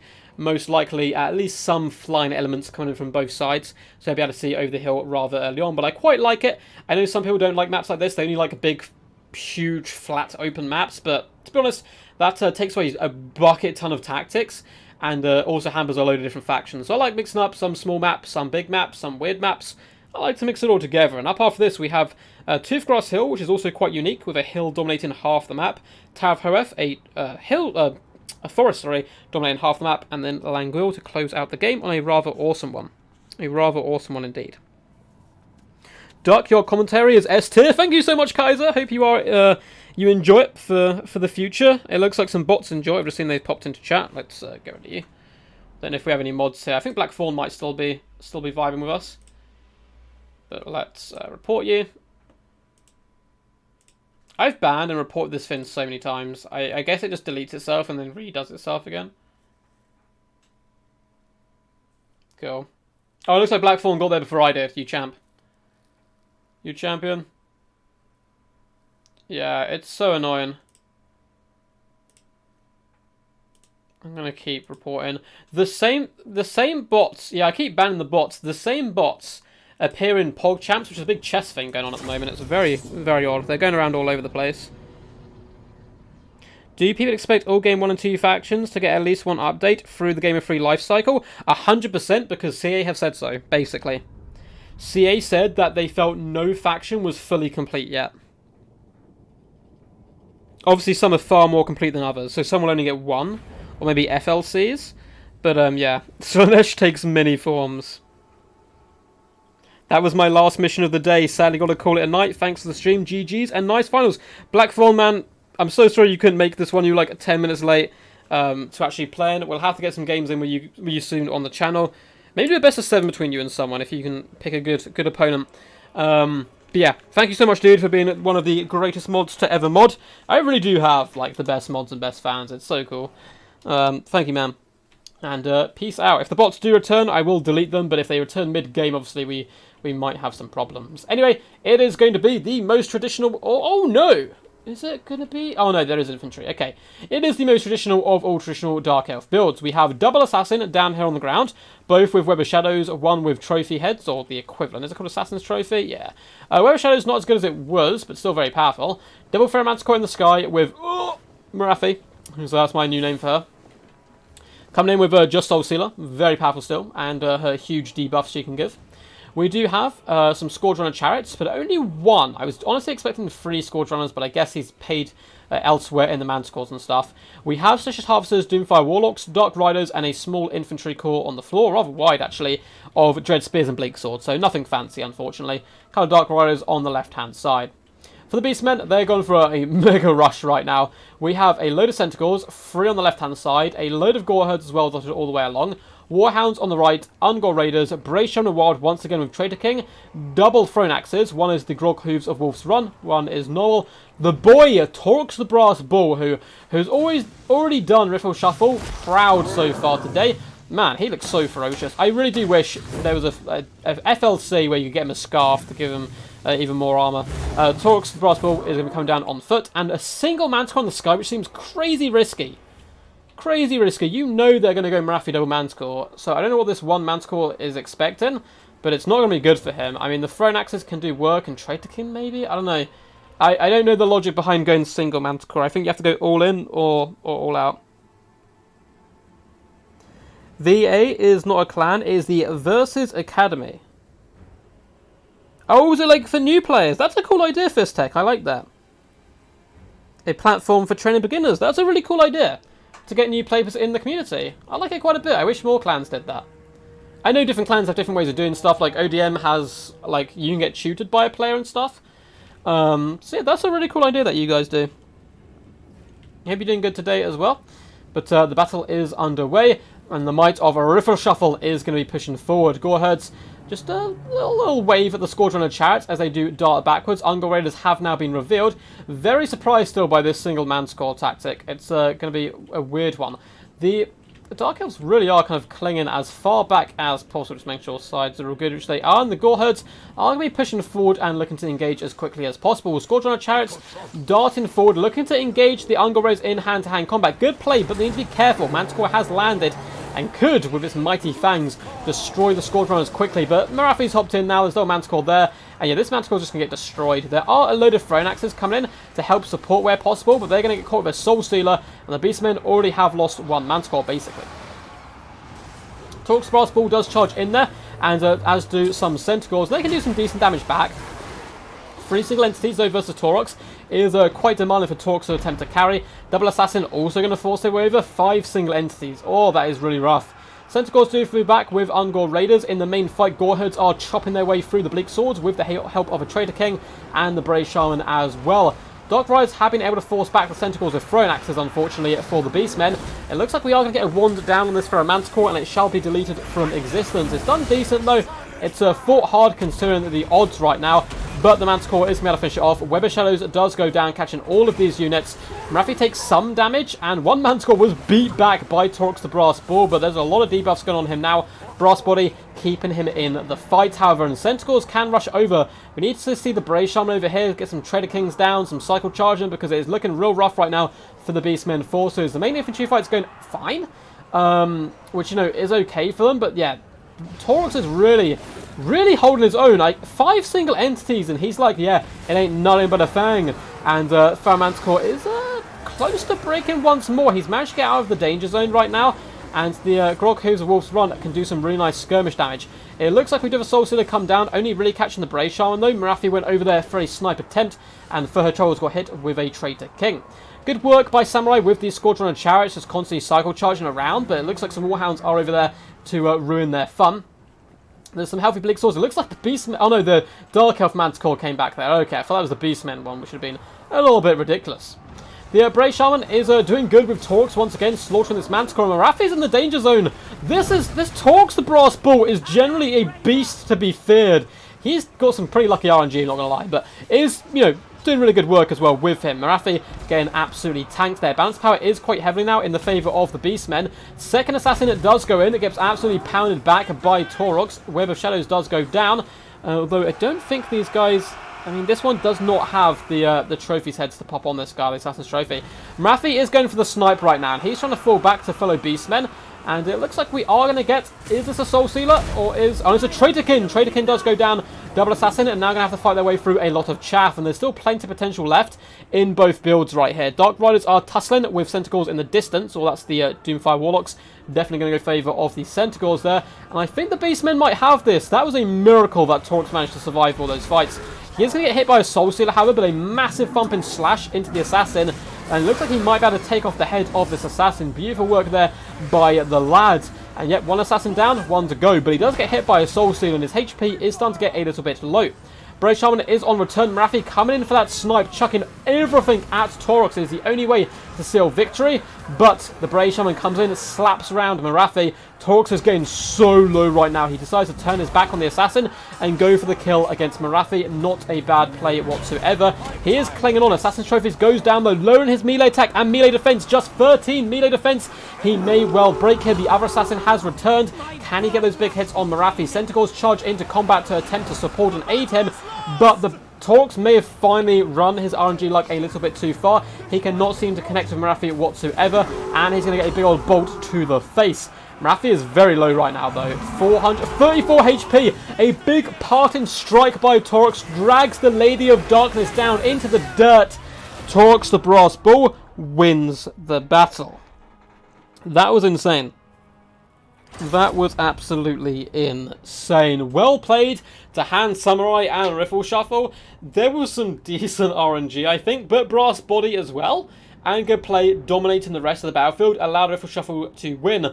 Taurox Brass Ball, 2.3k damage value. Once again, Taurox, take your brass hat off to you. I'm so upset Taurox isn't in chat today watching this. He's missed out on some lovely Taurox play. Just shy of 2,000 damage dealt with the Brave Shaman. Good play by them. And across the board, the Gore Herds didn't do too much, but they did their job, which is the main thing. Looks like Riffle Shuffle really likes the Centaurs, and I can see why. He gets really good work done with them, all in the higher hundreds here for damage value. This Manticore still got 686 damage value, despite being so outclassed in the sky, but it did also work as a bait, right? The Manticores and Marathi went for it, it dived down next to Taurox, and they had to fight alongside it. Marathi, 1.6k damage value, impressive stuff. The Assassins struggled, though, with the mid-500s. Nothing too crazy alongside the other troops. 1.2 on the Doomfire Warlocks is impressive. 800 on the Scourge Runners. The Manticores did struggle, unfortunately. So, up next, Toothgrass Hill and River Shuffle. 2-0 up. There have been two really close, hard-fought games here, but he is one game away from booking the last spot in this DBD season. We do have two finals to go, though. Because the last final, there's a load of problems getting it cast. But that will cast next week, regardless of anything, basically, hopefully. GG, well played. Taurox a champ. Taurox is a champ. Go Beastmen go, screams Eldrin of the Mist. Oh no, I think my chat. How's it? Need to refresh my chat. There we go. You're back. Good to know. So will Empire get some halfling units? Probably. Yeah, we could maybe see some halfling units. I don't think that'd be out of the realm as a possibility. Talks to Chamber of Shovel. Yep, he knows. He knows. So, Riffle. Oh, wait. This is the second game between these guys, right? It should be 2-0. Yeah, pretend you beat Vampire counts. Cool, I was tripping.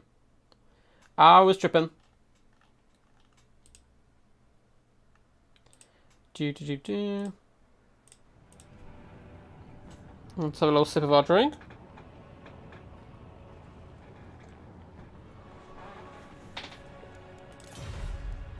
And wait for these guys to pick and bam.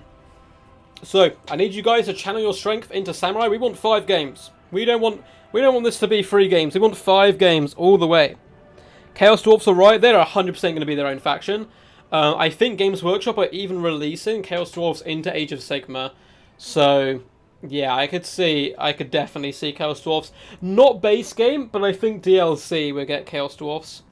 I mean, the factions revealed so far, right? What? Cathay, Ogre Kingdoms, the 4 Chaos factions. No, Ogre Kingdoms aren't announced, I don't think. But I feel like they basically are, because we have, like, mercenaries and stuff in there. So once I announced the Cathay, Kislev, I'm so excited for Kislev. Kislev, Cathay, the 4 demon factions, and then there's going to be one more, and it's almost certainly going to be ogres. So those will be our ones on release, and then I reckon Chaos Dwarfs will follow not too long after, and I feel like Norska will be getting a DLC at some point with all this stuff coming in. These are just educated guesses. I have no, like, inside knowledge, by the way. I don't even know when Game 3 is coming out. Game 3 coming out in 2021? I mean, they said it was coming out this year. They said it was coming out at the end of this year. They wisely did not put a date on it, though, so it may have been pushed back. I don't know. I feel like they haven't said it's not on schedule. So, until we hear different, I feel like it's coming out in December. Perfect in time for Christmas as well. So, I think it's coming out in December, but I don't know. I literally that's just a guess, based on what they've said.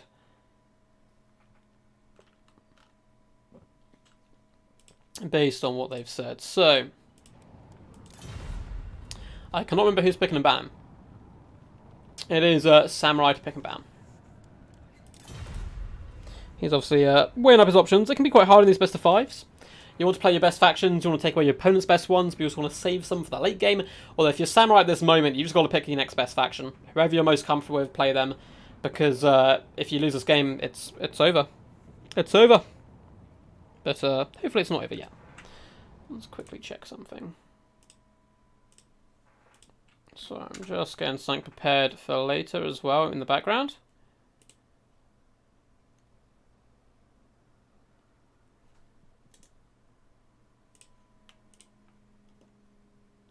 Cool. Bam. Now we're back in. Let's just let him know just in case he doesn't know the rules of this, so...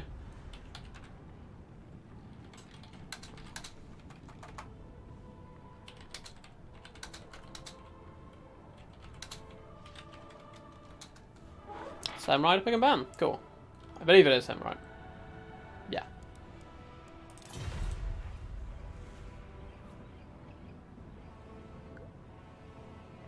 Empty Dark Lands in the meantime will be sad for sure. Wood Elves, yes! We're seeing more Wood Elves. I love it. I love it. Wood Elves banning greenskins and chaos. Interesting ban on chaos. But yeah, clearly, main River Shuffle might be like a secret chaos main or something that we don't know about. I'm not sure on his main factions. So, Wood Elves banning greenskins and chaos. What would you guys go here? I hope Riffle doesn't fall for the dwarf trap, because it is not a good matchup for dwarfs at top tier play. It's good at mid tier and low tier and fun builds, but like absolute Wood Elf kite can be a real pain to deal with. It can be a pain for sure. Yeah, we might even get like a Dwarf DLC with the Chaos Dwarf DLC, maybe. Just Dwarf and Dwarf action. Which could be pretty good fun. But maybe a bit too one-dimensional, so maybe they'll mix up a bit. I don't know who they would come out with. I wouldn't mind Chaos Dwarves and Hobgoblins as a DLC. That'd be fun. Although they are kind of both forces of evil, it feels. It feels like there's a lot more forces of evil left than forces of good. I don't think there's too many good guys left. Then we have Cathay and Kislev to come. Kislev look awesome. Kislev look so good. They're the faction I'm most excited about so far. I think Cathay will be very popular as well. As far as the demons, Khorne, they're the only ones we've seen a lot of stuff for, but I know there are those little chunky, like, duck birds for Tzeentch, so Tzeentch kind of won my heart a little bit. I'm just saying we could make a Regiment Renowned unit where they're yellow, and they're called, like, the Rubber Duckies or something. Can't wait for the Tzeentch trailer. That's going to be insane, man. It's going to be so cool. Tzeentch and Khorne are the two I'm most favorited for. Or not favorited for, but most excited for.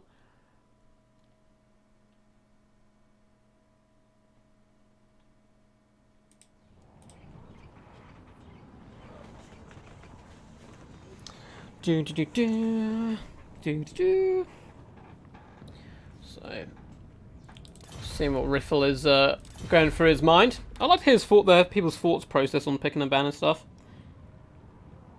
What if the Snish bots are just spamming the Snish leaked trailer? That's a risk I would not advise taking. I would not advise taking that risk. Yeah, if you guys see any links underneath any of my videos, stupid bots, like 1 or 2 every video. It's so annoying. I report them every time, but I don't know. They keep appearing. Tomb Kings. Ooh. Very interesting. Very interesting. The Tomb King chariots can do good work here. You have to be a little careful that there's not Hawk Rider Sisters of Twilight Air Core. Chariots do very good. I don't hate this for Wood Elves personally, so I'm going to ask you guys as always, as I'm sure you guys will know better than me. But I feel like going 20 stack with Wood Elves is really strong here.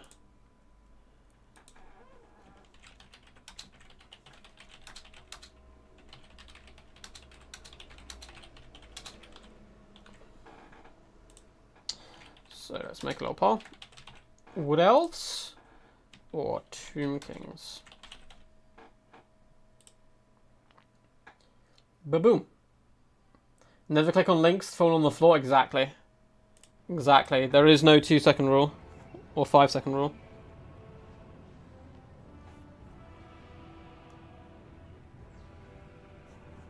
So let's see which way you think this goes. Picking Tomb Kings into Wood Elves though. I mean, to be honest, it doesn't really matter about what faction's better and worse. If you think you've got a good matchup here, go for it. Or if you think you know something your opponent doesn't, then always trust yourself. Go for your own gut. Ignore what everyone else is doing and do your own thing. And that would be my advice. Toothgrass Hill is a pretty fun map. As you can see on the left-hand side of the map here, there's a big, fat, juicy hill, which often players do rush to, but you don't need to. You can sit off the hill and kind of chill out on the flanks and just shoot at your opponent if need be. Tomb King need a Legendary Lord with Law of Light. That'd be dope. That'd be dope indeed. That'd be very powerful, actually, with the nets and the Shopti. But yeah, that'd be good. Oh, can you add an even option to your polls? Yeah, Bowmore, that's actually a smart idea. You think it's pretty 50-50? Yeah, I'd agree. It's relatively 50-50. Yeah, I should probably add the even one, which I forgot.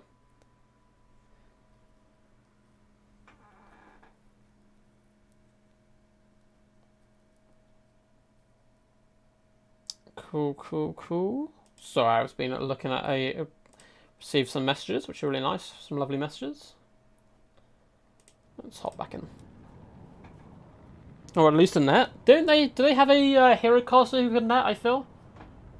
I know they've got the hero casters who can do different types of magic.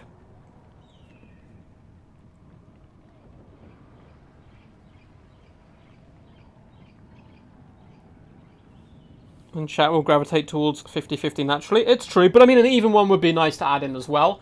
Just to see which people actually do think it's even. Or if they don't know which way to go.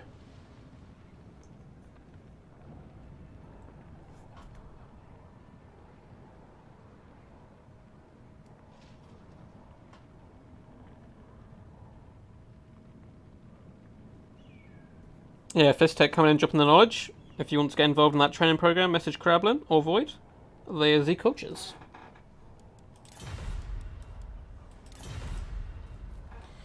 Oh, let's have a nice big stretch. Big stretch while we wait for these guys to start their builds. Obviously, there's no time pressure on them. They can build for as long as they want at the moment. I'm sure it's quite frustrating for Samurai right now, being 2-0 down. I feel Shuffle must be feeling pretty good about himself and trying to keep up their momentum. And I do think momentum plays quite a big part in tournament play. When you lose like a couple of games back to back, it's really hard to get back into the groove. And that's why I think Cherub did so good in the semis, because they got knocked out of the quarters and had to come back and play more games and still put up a really, really solid fight, which was good to see. Yeah, they have a Leech Priest of Light. Yeah, exactly. That's what I thought so. So you can net. It is a possibility. Looks like Samurai is ready to rumble. Just waiting on the Master Riffle Shuffle. For some reason, I thought Riffle Shuffle was in a clan. But maybe he's not. Let's see. If it says on his... I don't know why I thought he was like VM or something, but I guess not. Cool, looks like they're ready to go. Let's hop into this one and have some fun. Could be the last game of the stream, guys. Hopefully not. Hopefully not, but it could be.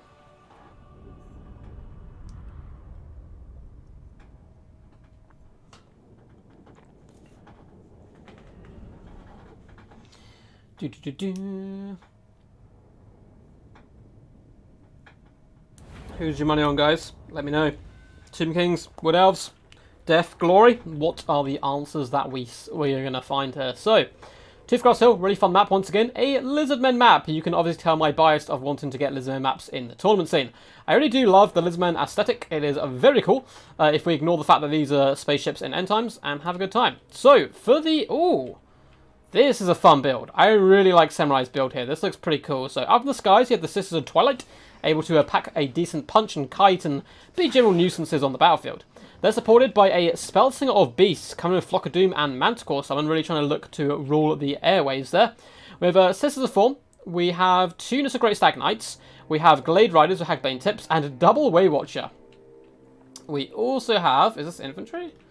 We also have triple Eternal Guard and a Spellsinger of Life, hiding at the very corner of the map, so lurking in those trees. Decent build around, can be pushing up with a lot of his force. And for the force of the Tomb Kings, we're probably just going to take this hill and sit there, to be honest. There's no need to go over here and fight. We have a load of Skeleton Spearmen dotted all the way along. We have Skeleton Horse Archers as well. We have Tomb Guard in the secondary battle line. We have Ushopti Great Bows, 1, 2, 3, including the Regiment of the Renown.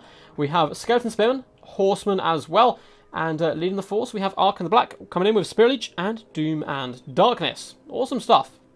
Let's double check that is Doom and Darkness and not an aspect of the Dread Knight. It is aspect of Dread Knight, of course it is. I always get those two mixed up. I don't know why, but basically triple Ushopti and a load of chaff to support with some Tomb Guard, trying to absorb as much enemy pressure as possible.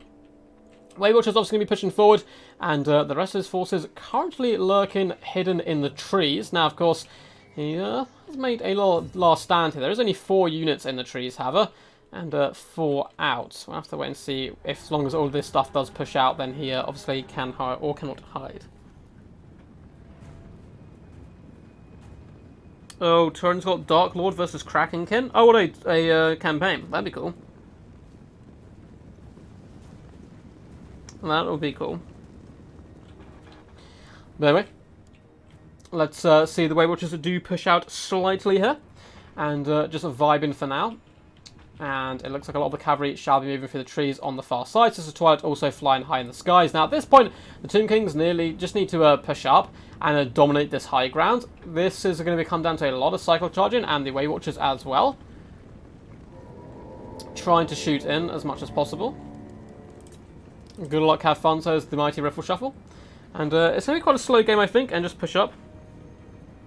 Do you think the Willows would benefit from a hybrid unit akin to LSG? Oh my god, my mind's melting. What's LSG mean? But definitely, I mean, any unit is a plus. Like any unit. So the Waywatchers are skirting on the outside for now. The rest of the forces will be moving up looking to engage. This is the Fawn as well as the cavalry. Some guards still going to be hiding in the trees, it would seem. As soon as he loses like 1 unit, these guys have to leave the trees though. That's kind of the problem. Like the majority of his force isn't currently camping in the forest. But as soon as 1 unit goes down, that's going to be game splouses, I'm afraid. Sisters of Twilight are floating back and forth. Waywatchers are continuing to retreat for now. Glade Riders are floating around the right-hand side. And the Great Stag Knights are hiding on the left-hand side for now. So looking to get value where possible from the Sisters of Twilight. A few shots do rain in, aiming at the Spellsinger. Not going to get the most damage there because she's simply going to juke. So I like the idea of attacking the Glade Riders instead. Waywatchers are floating around in the middle. Everything is still falling back, so Samurai, make sure to be attacking. Sisters do not count. Cool. Just let him know that he has to be aware that he is going to have to push forward and attack. We do get a lovely little Flock of Doom go down on the Skeleton Horse Archers. The Glade Riders are just shooting it now and again, but then continuously falling back. The Great Eagle is swooping in to try to do some damage, and it looks like he is now going to merge with the Eternal Guard and start pushing it a little bit. So the Great Eagle is going after the Ushopti, not a bad idea whatsoever. Ushopti are actually shooting at it now, trying to drag it down, which is quite interesting, I suppose, yeah, rather than outlive it. It is going to come down, it does nowhere near as much damage as the Manticore, but still is a rather swift beast, and can do some decent work. So the Great Eagle is now surrounded by horsemen. Ushopti should be able to pull back there and be relatively safe.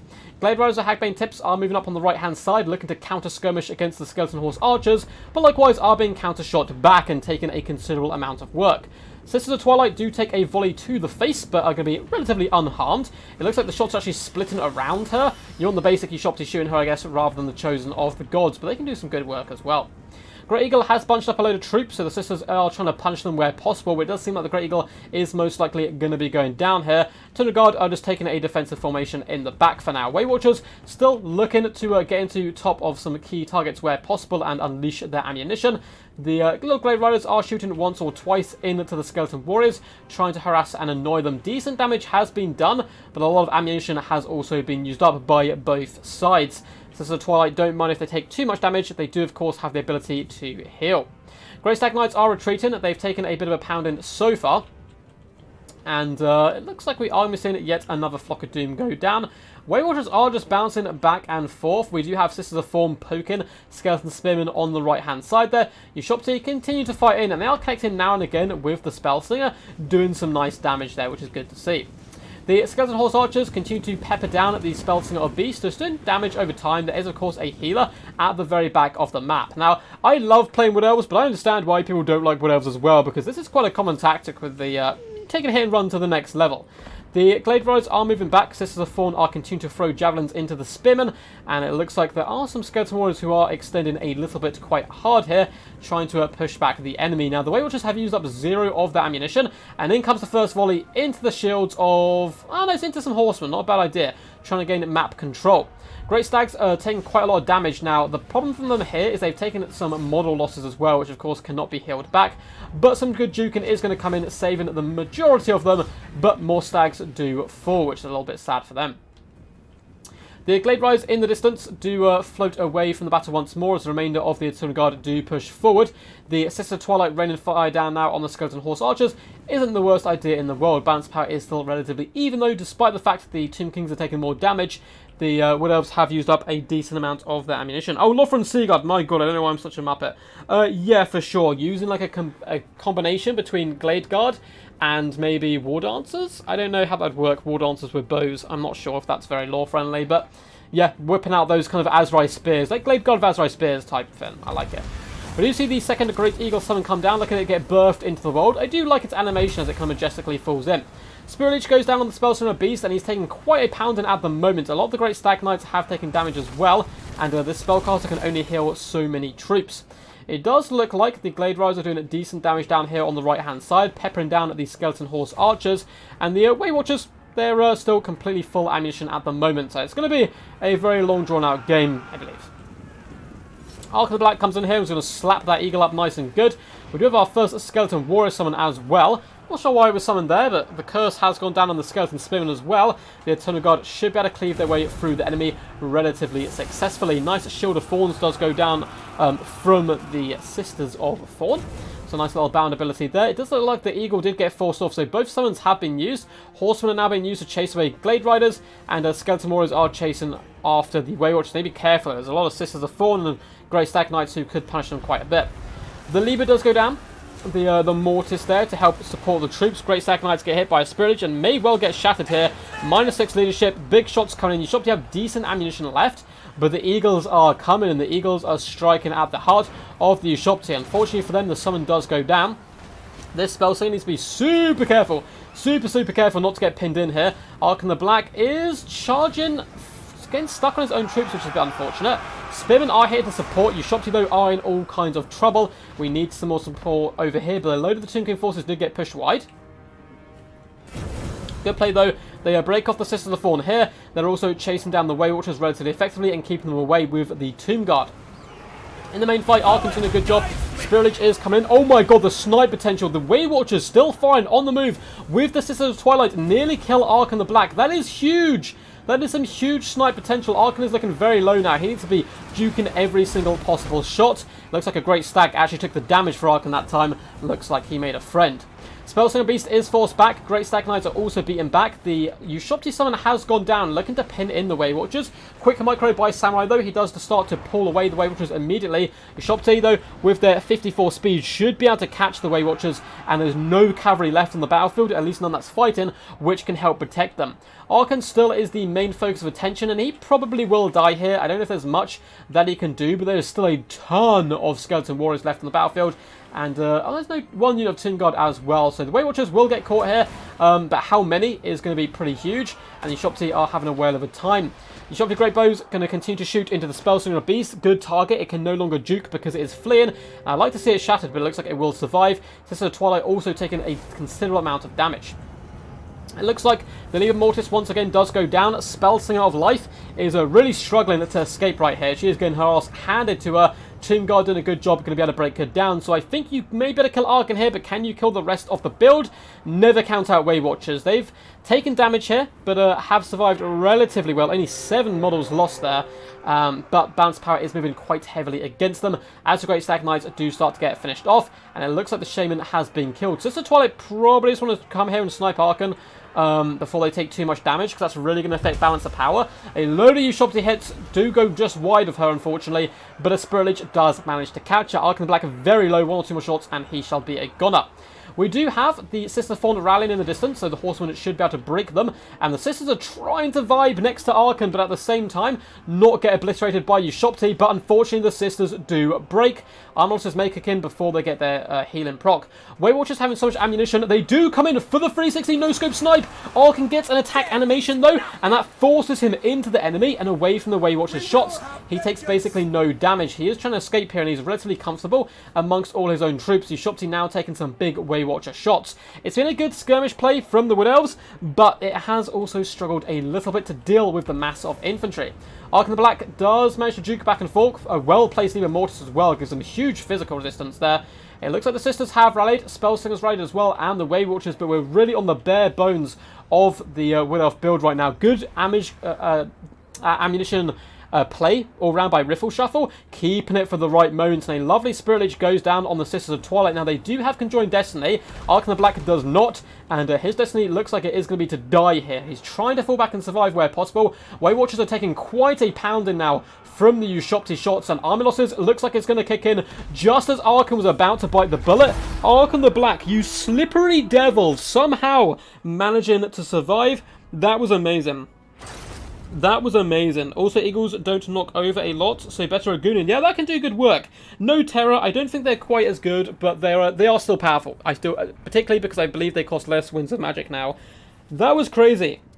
Yeah, how do you counter snipe? Spam cheap infantry. I mean, you also have to have something to do with cavalry, because normally it's kite with cav, right? But well played to Riffle Shuffle, well played to Samurai. You had a fantastic set of games. 3-0 really isn't deserved. A lot of those games were very close. Riffle Shuffle, though, you will be this qualifier's winner, moving on to the finals, which will take place hopefully in 2 weeks' time. We have one more final to take before that moment. Well played to both these lads. We go very quickly through the damage value, and then I need your help, guys. We're going to raid Turin if he's indeed streaming, and we need to spam his chat with quacks. I want quacks all over the place. But let's look quickly at the damage dealt. So 1.6 on the Sisters. Good sniping potential from Samurai. The Eagle as well with 600, but couldn't kill Archon. Riffle Shuffle, you slippery devil, man. Keeping Archon alive for so long. Waywatchers didn't even use anywhere near half their ammo. It's still got 1,000 damage value and 861. Really good play to keep them alive. Unfortunately, the cavalry got slaughtered by the Ushopti here. 1,000 damage value, 2.3 on the regiment now, 2,000 again on this unit. If you can protect those Ushopti, they can do so much work here. Tomb Guard and the infantry didn't do much damage value, but it didn't need to. And Archon, 1,391 damage value and just surviving. But GG's. Looks like both the lads have hopped out. So, I hope you guys enjoyed the stream. That is the end of the stream. Before then, though, we're going to go on a raid. Let's go see if Turin is indeed streaming. If it is true, he is. Oh, it looks like he's doing the best of sevens like I was doing earlier. That's pretty cool, but he's turned it into a Champions Duel series. Interesting. But let us send you guys over to Turin. So I'm going to be over there in a second, guys, to join you. I'm going to yell quack. Feel free to yell quack as well. Say hello and let him know that we are sharing the love. Really do hope you guys enjoyed the stream. Thank you so much for tuning in. It's been really good fun. I've really enjoyed the stream quite a bit. And unfortunately, can I not see No, it won't let me know who donated, so I can't see to give you guys an extra shout out. I know I shouted you guys out at the time, but massive shout out as well to the people who did donate. It really is, very much appreciated. But also you guys just sticking in here and tuning in also does warm my little duck heart. So let's go raid Turin. He's a fantastic YouTuber for those who don't know him, and does some awesome multiplayer stuff. So yeah, we're going to be streaming tomorrow again. Whenever Battlemania starts, I'm not even sure when that starts, I think 5 PM, so I'll probably be streaming from roughly 5 PM, maybe a bit early onwards, and they're going for a couple of hours, depending on how good we do on quick battles and in tournaments. But yes, there's a current Human Boy event on the Enter if people want to watch games this evening as well. Okay, it looks like Human Boy is also streaming, so feel free to check him out. He does some awesome work over on YouTube. Definitely go spot him out, man. He's a really lovely dude. But yeah, guys, peace out. Until next time. Oh, well, yeah, peace out, and I will see you next time. So until then, peace, peace, and as always, stay awesome.